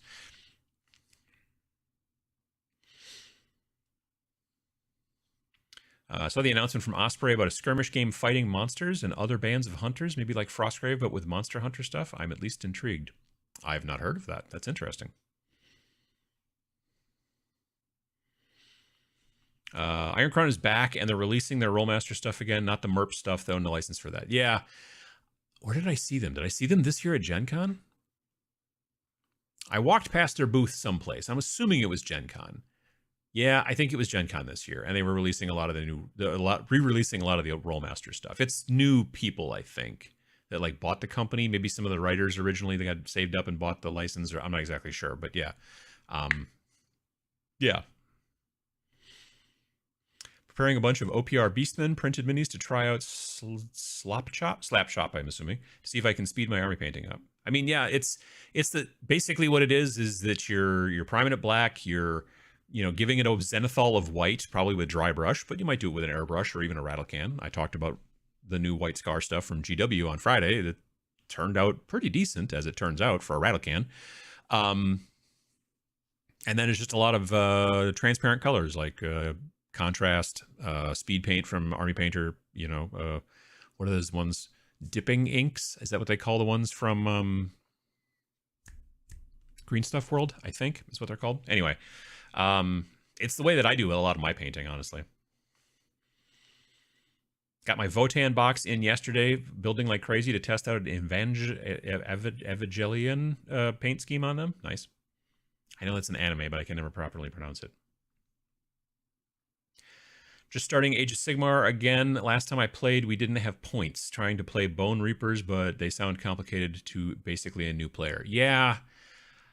I stopped playing when 3rd edition came out because, again, it got more complicated than I wanted. I really liked 1st edition. 2nd edition was fine. And then 3rd edition, I was just kind of like, there's too much again. Too much.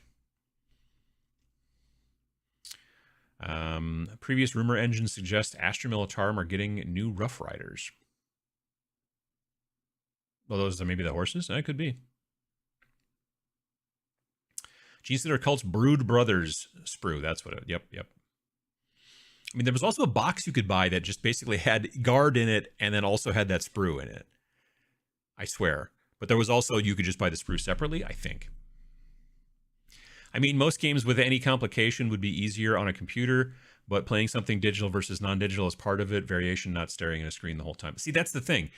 I agree, but I find that when you try to get too much simulation into a tabletop game, you start to hamstring yourself into making it take forever, or to basically lose a lot of interest from people who are like, just like, this is too much. Like, why do we like, that's why I generally like simpler tabletop games, because I like the modeling, I like the terrain, I like the interaction with people, and the game and the rules are important. I find rules to be very important, to the point where if there's too many rules, that is a definite block to me. I want to play a game that is a little bit simpler. And if I wanted to play a game where I had to track ammo and I had to track all these other different states of, like, how my character is and all this kind of stuff, it would just be quicker and easier to play a video game. That's the other thing too, is I'm not interested in sitting down to play a game that takes 5 or 6 hours to do anymore. Like, I don't like to, like, a month ago, I played video games with a friend online, and we played for 4 hours, and I got done at the end of it. And I was like, that was too long. I liked hanging out with him. I liked playing the game, but I felt like I used up too much of the day doing that because I had other stuff I wanted to get done.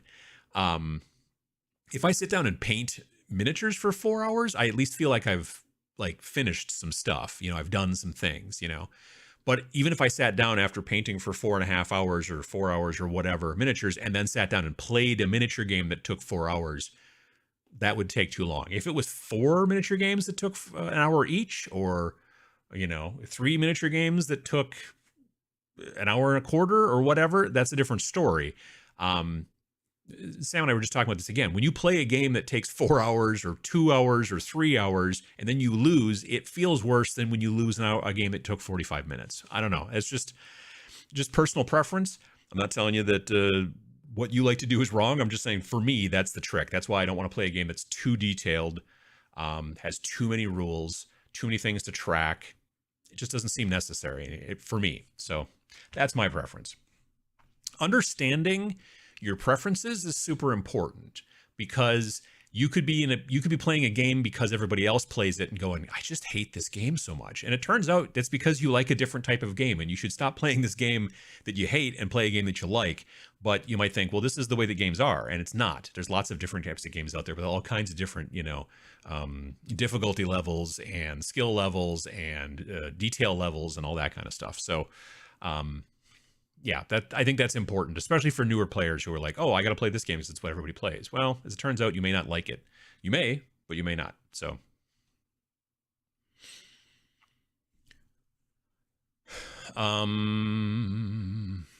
let's see here.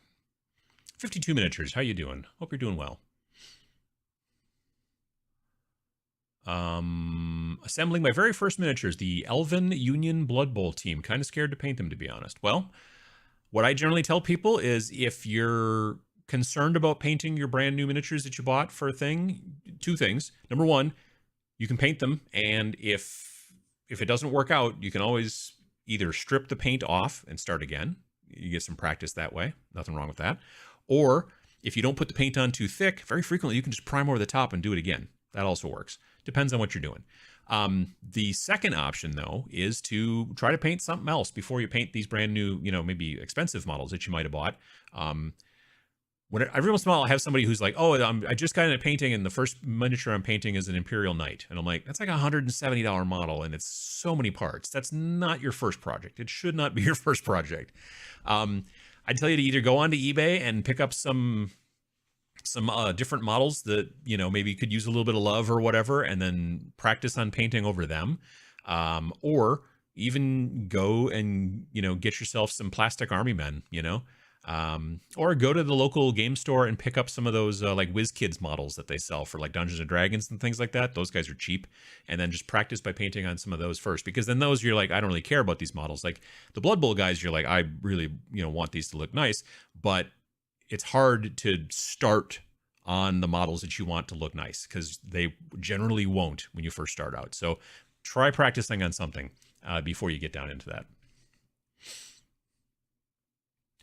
I still have a sealed old Black Templar upgrade box. The new one is pretty great too. Yeah, the new one's not too bad. Playing our first games of Space Station Zero tonight, taking my Nexus 6 crew from the Tannhauser Gate in alongside a few friends' crews. We are going to run 2 games simultaneous. Nice. That sounds like a lot of fun. Games with too much to track, laughs in Fantasy Flight. Yeah. I would have said laughs in original Battletech. Yeah, that's also true. You really want multi-pose, there's always Zvezda's Ring of Rule, because translating multi-part minis into Russian comes out as break down as many parts as you can. Let's see here. I mean, you mean you don't want 10 guys doing Van Damme splits between tactical rocks? I mean, it would be sort of funny, but in the grand scheme of things, probably no. MODOK, there you go. He's going to be in the next Ant-Man movie.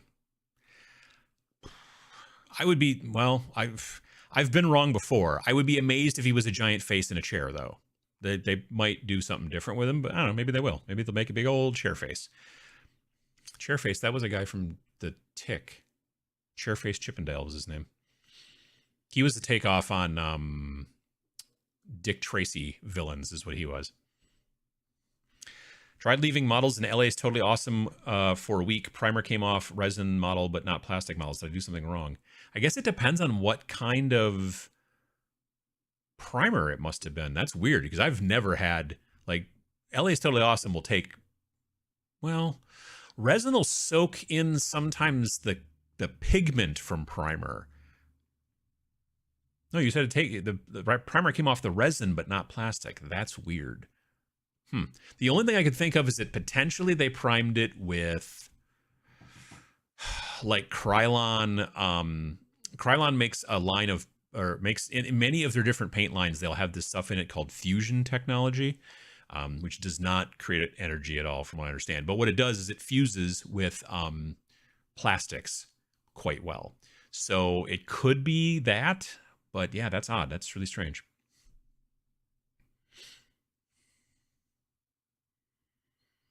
On the last preview, there's half the guard shown. If they do show new Catachan models, they'll be the best part of the next reveal, alongside with new tank and a lord on a horse. Huh. I wouldn't think that horse would be a thing that you would, whatever, you know. Like, if you're a chaos guy, you're going to shoot the horse. Unless the horse is a robot horse. Even then, you're still going to shoot at the horse. A horse is a huge target. Never understood that.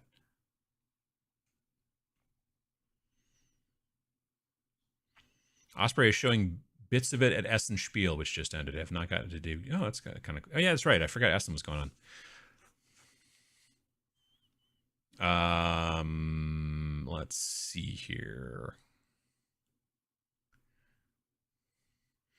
I thought it was ridiculous that all those expensive giants in Age of Sigmar have all the same legs. I mean, I'm sure it's a cost-saving measure. Slapchop seems to add a gray for mid-tone before the white edge hit. I mean, if you want to, you know, you can do whatever you want. I feel that, honestly, throwing down black and then gray and then white seems like too much. Like, honestly, you could just use white and then just not use it as heavy, and then you kind of get gray. That's kind of the way it works. I don't know, but it's, you know, personal preference.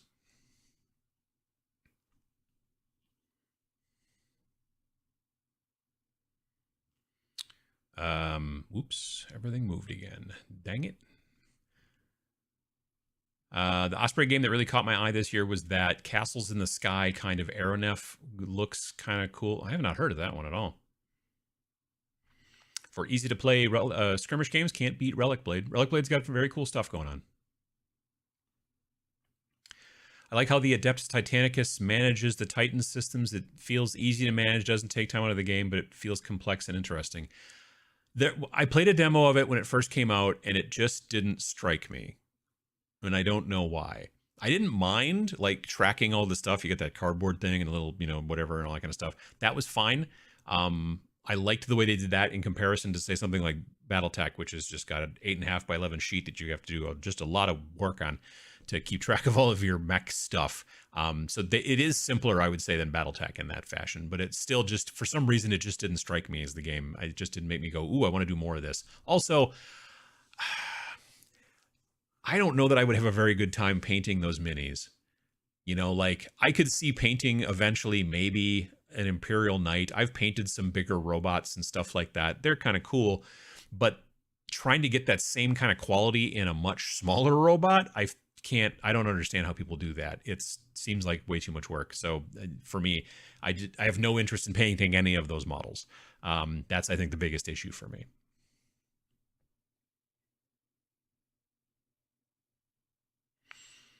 I want to play an army game because I like lots of models and I want it to take an hour, not 2 or 3. I mean, you might take a look at regular Grimdark Future from One Page Rules, or Age of Fantasy, which I think is the fantasy version. Depends on which one you like, whether you like fantasy or sci-fi or whatever. But those are supposed to work out pretty well.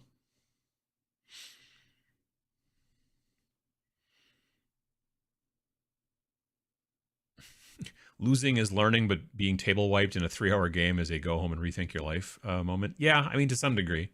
I mean, honestly, I want to play and have a good time. I want to play and have fun. I'm not saying I have to win. But if I played for 3 hours and lost and didn't have a particularly good time, then I'm like, no, I'm not doing that again. But if I played for 2 hours and lost, but still had a really good time, that's awesome. That's what I'm looking for. I don't particularly care about winning or losing. I care about having a good time. I think if I had fun, then that's the win. You know what I mean? That's the way it works. What are the new guard models? Saw the Casterkin and the Sentinels. Any others? The new... That's not the right thing. So these are the Kazrakins or whatever that come in the new Kill Team Shadow Vaults. And these, the new Cadians, and some artillery units, and some this and that, and whatever that come in the new Cadia Stands box. So they're showing some of these guys. Like, I think that's a lady. She's got a cool chainsword. This guy's, again, he's picking up, I don't know, Radio Free Europe or whatever over there. And there's these thingies. And there's this guy, and then there's some of this stuff, and yeah, that's it's all over on the Warhammer community website. You can check out all the kind of cool pictures and all that jazz, and get into it, all up into it over there. And I gotta click on this thing so I can see the screen. Okay, there we go.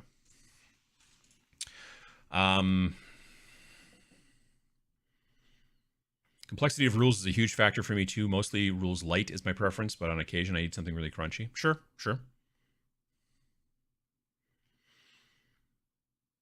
I have been teaching Age of Sigmar to my brother-in-law as well. Played half a dozen games, but he has yet to paint any Age of Sigmar models on his own, but he does his own Gasland builds and Battletech mechs. Well, that's kind of cool. Trained my nephew on board games from garage sales. Nice.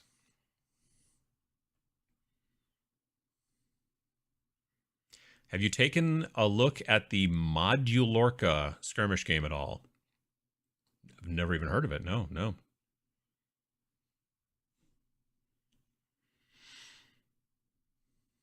Third option for painting an army, if you're concerned about doing a good job, pay someone else to paint it. I mean, if you can, you know, sometimes it's more money than you might have.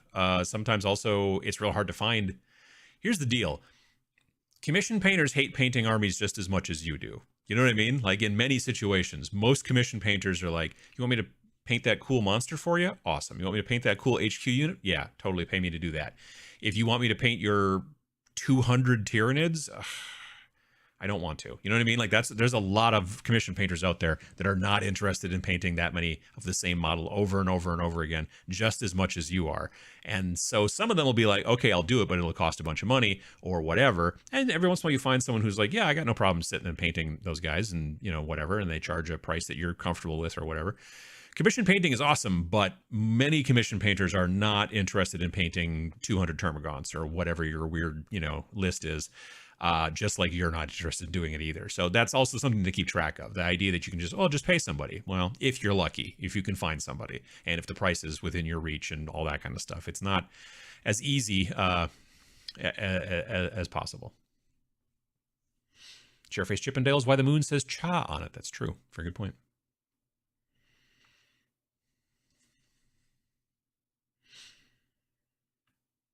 Finally found my copy of Age of Sigmar Skirmish. Thought I'd lent it to someone and forgot just who. Looking forward to playing the games in the coming weeks and months for a Switch. Nice. Even a robot horse, while cool, makes no sense. Yeah, well, there's a lot of things that don't make sense in gaming, let's be honest. Especially in a future with maglev hover tech that's moved by jet engines. Covers pretty much all any terrain, moves much faster. Yeah, well, you're not wrong. Flying robot horse, now that'd be something. Painting up the new Chaos Legionnaires warband. Those guys are cool. I want to get those guys going too.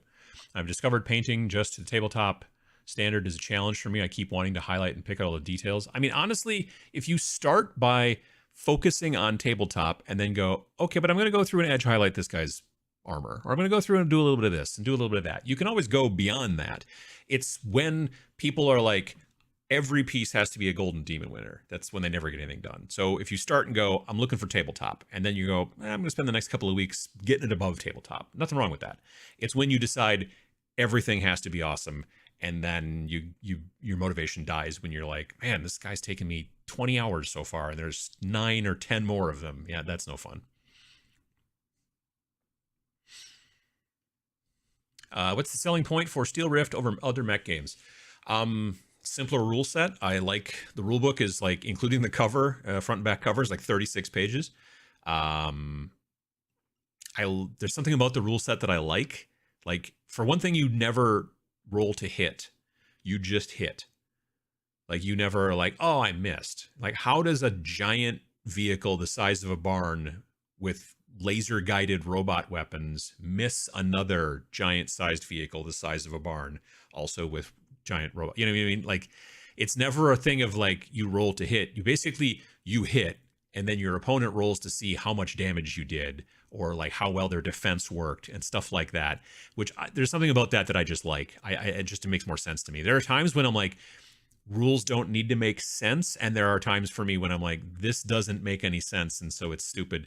Like, I've never quite understood the concept of like, I've hit you and now I've wounded you, but now your armor says I didn't wound you. You know what I mean? Like, it's semantics. It really is. But there's just something in my head that a little alarm that goes off every time that it's in 40K that I'm like, well, I rolled to hit you and I did a wound, but now it says here that your armor didn't allow that wound. You know what I mean? Like, in my mind, the roll should be like, it's kind of a little bit more like, that's why I like Warcry, because basically you hit somebody and you damage them, and they don't get to be like, oh, but my armor saved me. They're like, no, you just took the damage. That's just the way it works. Guys who are tougher have more damage to go through, including their armor. You know what I mean? Like, again, it's semantics, but it's a thing. So I like Steel Rift for that. I like Steel Rift also because I like the models. The models are pretty cool. They're just more. There's not so many mechs that look like dudes. You know what I mean? Like, I don't need a mech that Vince and I've been going back and forth about this. I'm like, I don't need a mech with hands. Why doesn't he just have guns on the end of his arms? What does he need hands for? And Vince is always like, for picking stuff up. And I'm like, I don't know. It's just, yeah. The whole concept of giant walking robots has always seemed kind of dumb to me, but, you know, it is what it is. Just joined the stream. Have you played any Grimdark Future Firefight? Any thoughts on it? It is the game that I prefer over Kill Team 2021 right now. But yeah, I am going to be playing it again in a couple of weeks at Dragonfall in Lake Geneva, Wisconsin. It's a small miniatures convention, raising money for charity. Going to be there playing it with Sam. Not playing in a tournament or nothing. I'm not a tournament player, but we're going to get together and play. I'm going to teach Sam how to play, and it's a lot of fun. I've been building and painting and making a bunch of different forces for it, and also going back through my old Kill Team stuff that I did for Kill Team 2018 and saying, hey, these guys will be able to do. There you go. Another Grimdark Future Firefight warband. Boom, done. Excessive bookkeeping is souring me on modern army games. Yeah. Hello from Newcastle. How you doing? In the old 40K lore, hover bikes are too hard to make and maintain. They didn't really have robo horses back then. I mean, I can understand why you would ride a horse in the future, because yeah, maybe you don't have money for, or the requisition or whatever for, hover bikes and stuff like that. Like, you're like, I get the idea that, and it's interesting, but you have these agricultural worlds, which are basically like almost like old feudal, like, it's people out there digging in the dirt with sticks when there are spacemans and spaceships and whatnot and everything, but there are still people out there who are like, it sort of makes sense just in a dystopian, horrible kind of way, but really, like, everybody needs to eat, and it would probably make a lot more sense if you used more of that technology on getting food made.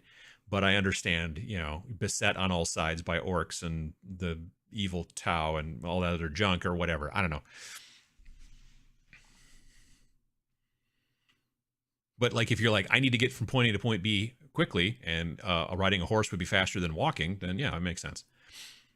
But in a battle, that horse is going to get blowed up. Like, if I'm a chaos guy, I'm going to be like, I'm going to put such a bolt gun round into that horse, and it's going to go pop, and it's going to be awesome because I'm a chaos guy. Yeah, you're not going to be riding that horse for long.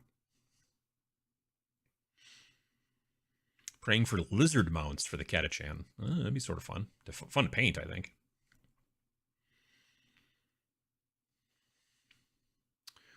I have a mech game rule set literally comprising one page. Well, see, there's a level.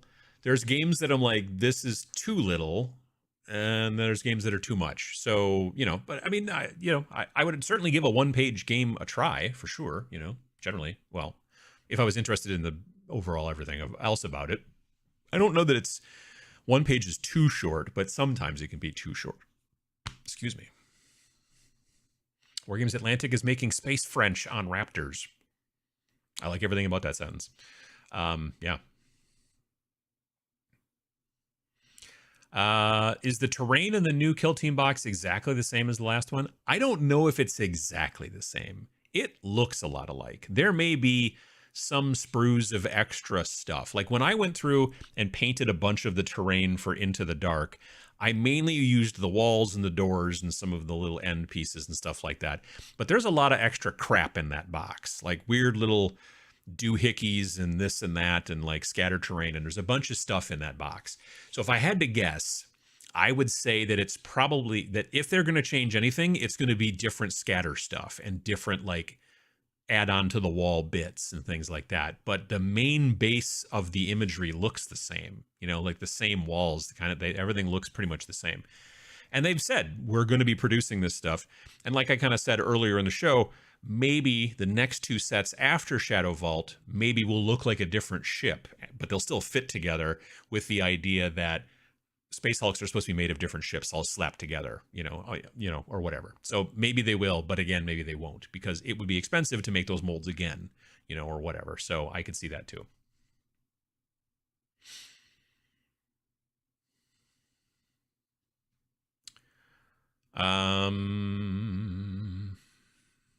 Let's see here.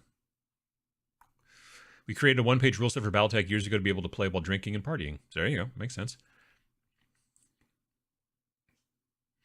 It should be hit, armor, wound thematically, but it speeds up the game a lot to group roles by who's doing which. Yeah, I mean, I get the speeding up the rules. It feels like it's too many roles personally for me, but I know it's been the bread and butter of 40K for a long time, and I doubt that they will ever change it. Just like they'll probably never change the activation scheme.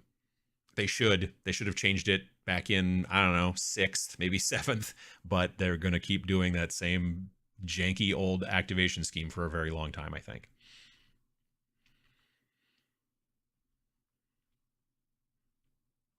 My game I'm working on, I've decided that armor just adds more health. I mean, there's nothing wrong with doing that. And in many situations that makes sense. Like with Space Station Zero, armor just makes it harder to damage you in, I think, a relatively smart, kind of quick way, because damage comes from throwing evens. But when you have armor, let's say 6, 2s and 4s are no longer considered evens, so you don't take those as successes. So it's giving you kind of like a threshold, whereas like before, it was just a 50-50 on every die, kind of.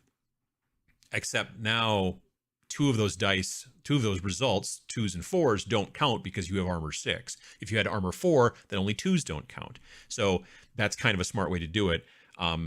The other kind of way that I've seen armor work before is that like you've got armor, which is one layer of damage, and you've got, let's say, internal linkage or whatever, which is the inside part of the thing.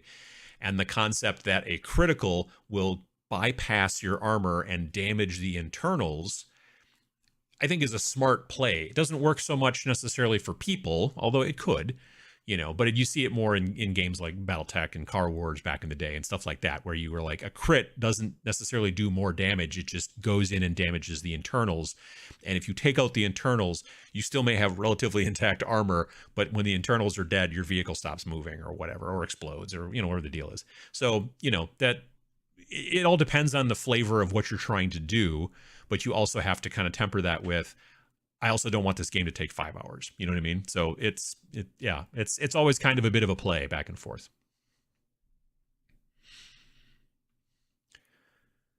I've just started painting miniatures in the last couple of months at the ripe old age of 54. Nice. I bought the Ravaged Star Veil Touched as the Kickstarter and painting up some models to learn. Nice. I know that I just saw a picture on the social medias. I want to say it was maybe on Facebook. And it was a picture of Dave from Mini Wargaming, and he was at Essen, which is the big, huge, fancy, giant gaming convention in Chicago, in Germany. That was literally going on this weekend. and he was holding on to one of those models, but now like in the final production plastic, PVC or whatever, I don't know, whatever kind of plastic it is.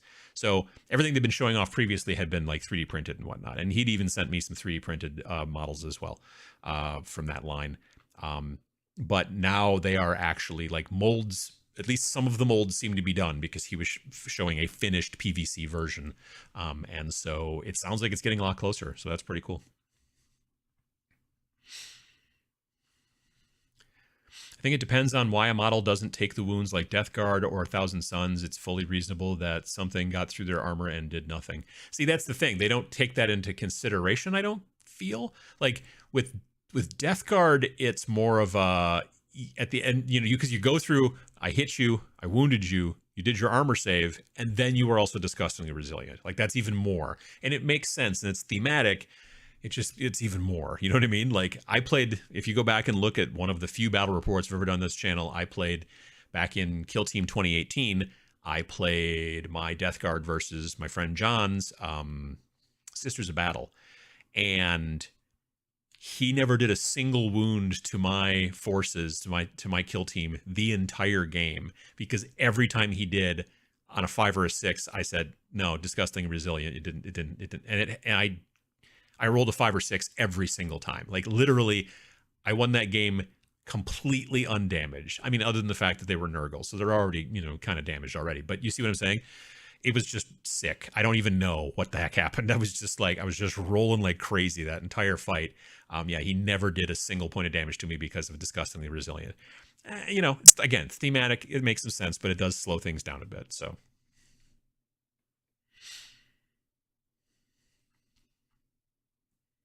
Unless the robot horse is power armored like a space marine.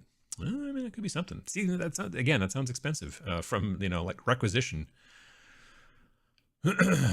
Horses got killed on the battlefield throughout history. Yeah, I would, that if I mean, again, if you are in a war where you might die, I would think you would shoot the horse. I don't know. It just seems like an easier shot. I mean, I don't want to shoot a horse, but I don't want to shoot a person either, you know. I like the idea of a role-playing game where you are on an agricultural world and you think you are playing a medieval fiction game, and then bam, you are conscripted into intergalactic war fighting aliens. I mean, honestly, that's, if you read the Space Wolf omnibus from Black Library, that's basically the case. Like the beginning of the book is just Vikings fighting Vikings on, you know, that world. And then all of a sudden now you're like, oh, hey, guess what? You've been, you know, selected, and now we're going to turn you into a space wolf and see if that works. You might die from it, but maybe not. And so, yeah, it was, I kind of like the Space Wolf series. It was kind of cool. Even though I'm not necessarily like a huge Space Wolf fan, I think that it was pretty cool. That I remember reading that. I should listen to it. I should get it on Audible. That's what I should do.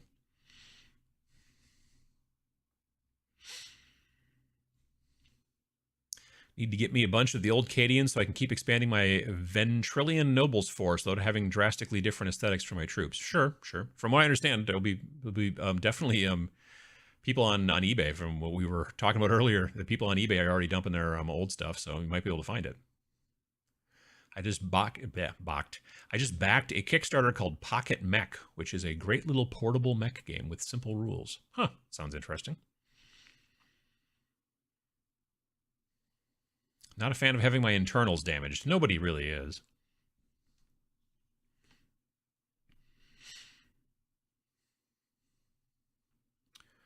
Thanks again for the live stream. Stream never fails to stoke my enthusiasm for the hobby. Well, that's good to hear. Absolutely. Convention is called Spiel, and it takes place in the town of Essen. I know.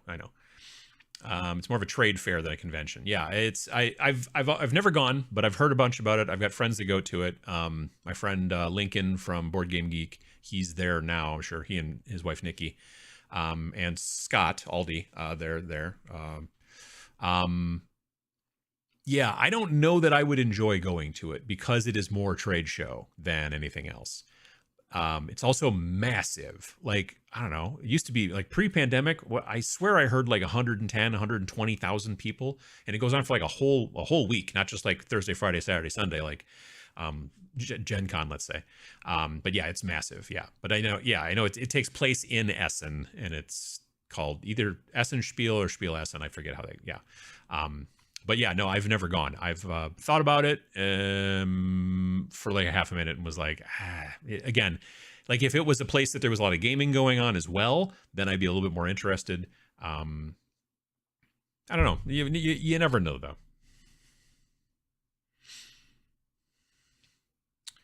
I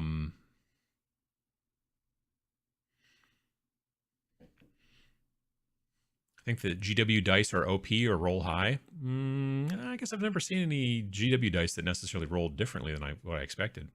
I've been listening to Ravenor. It's a great series. I need more Eisenhorn. Yeah, Ravenor and Eisenhorn are awesome, especially the audiobooks. Toby Longbottom, or whatever his name is, does awesome work.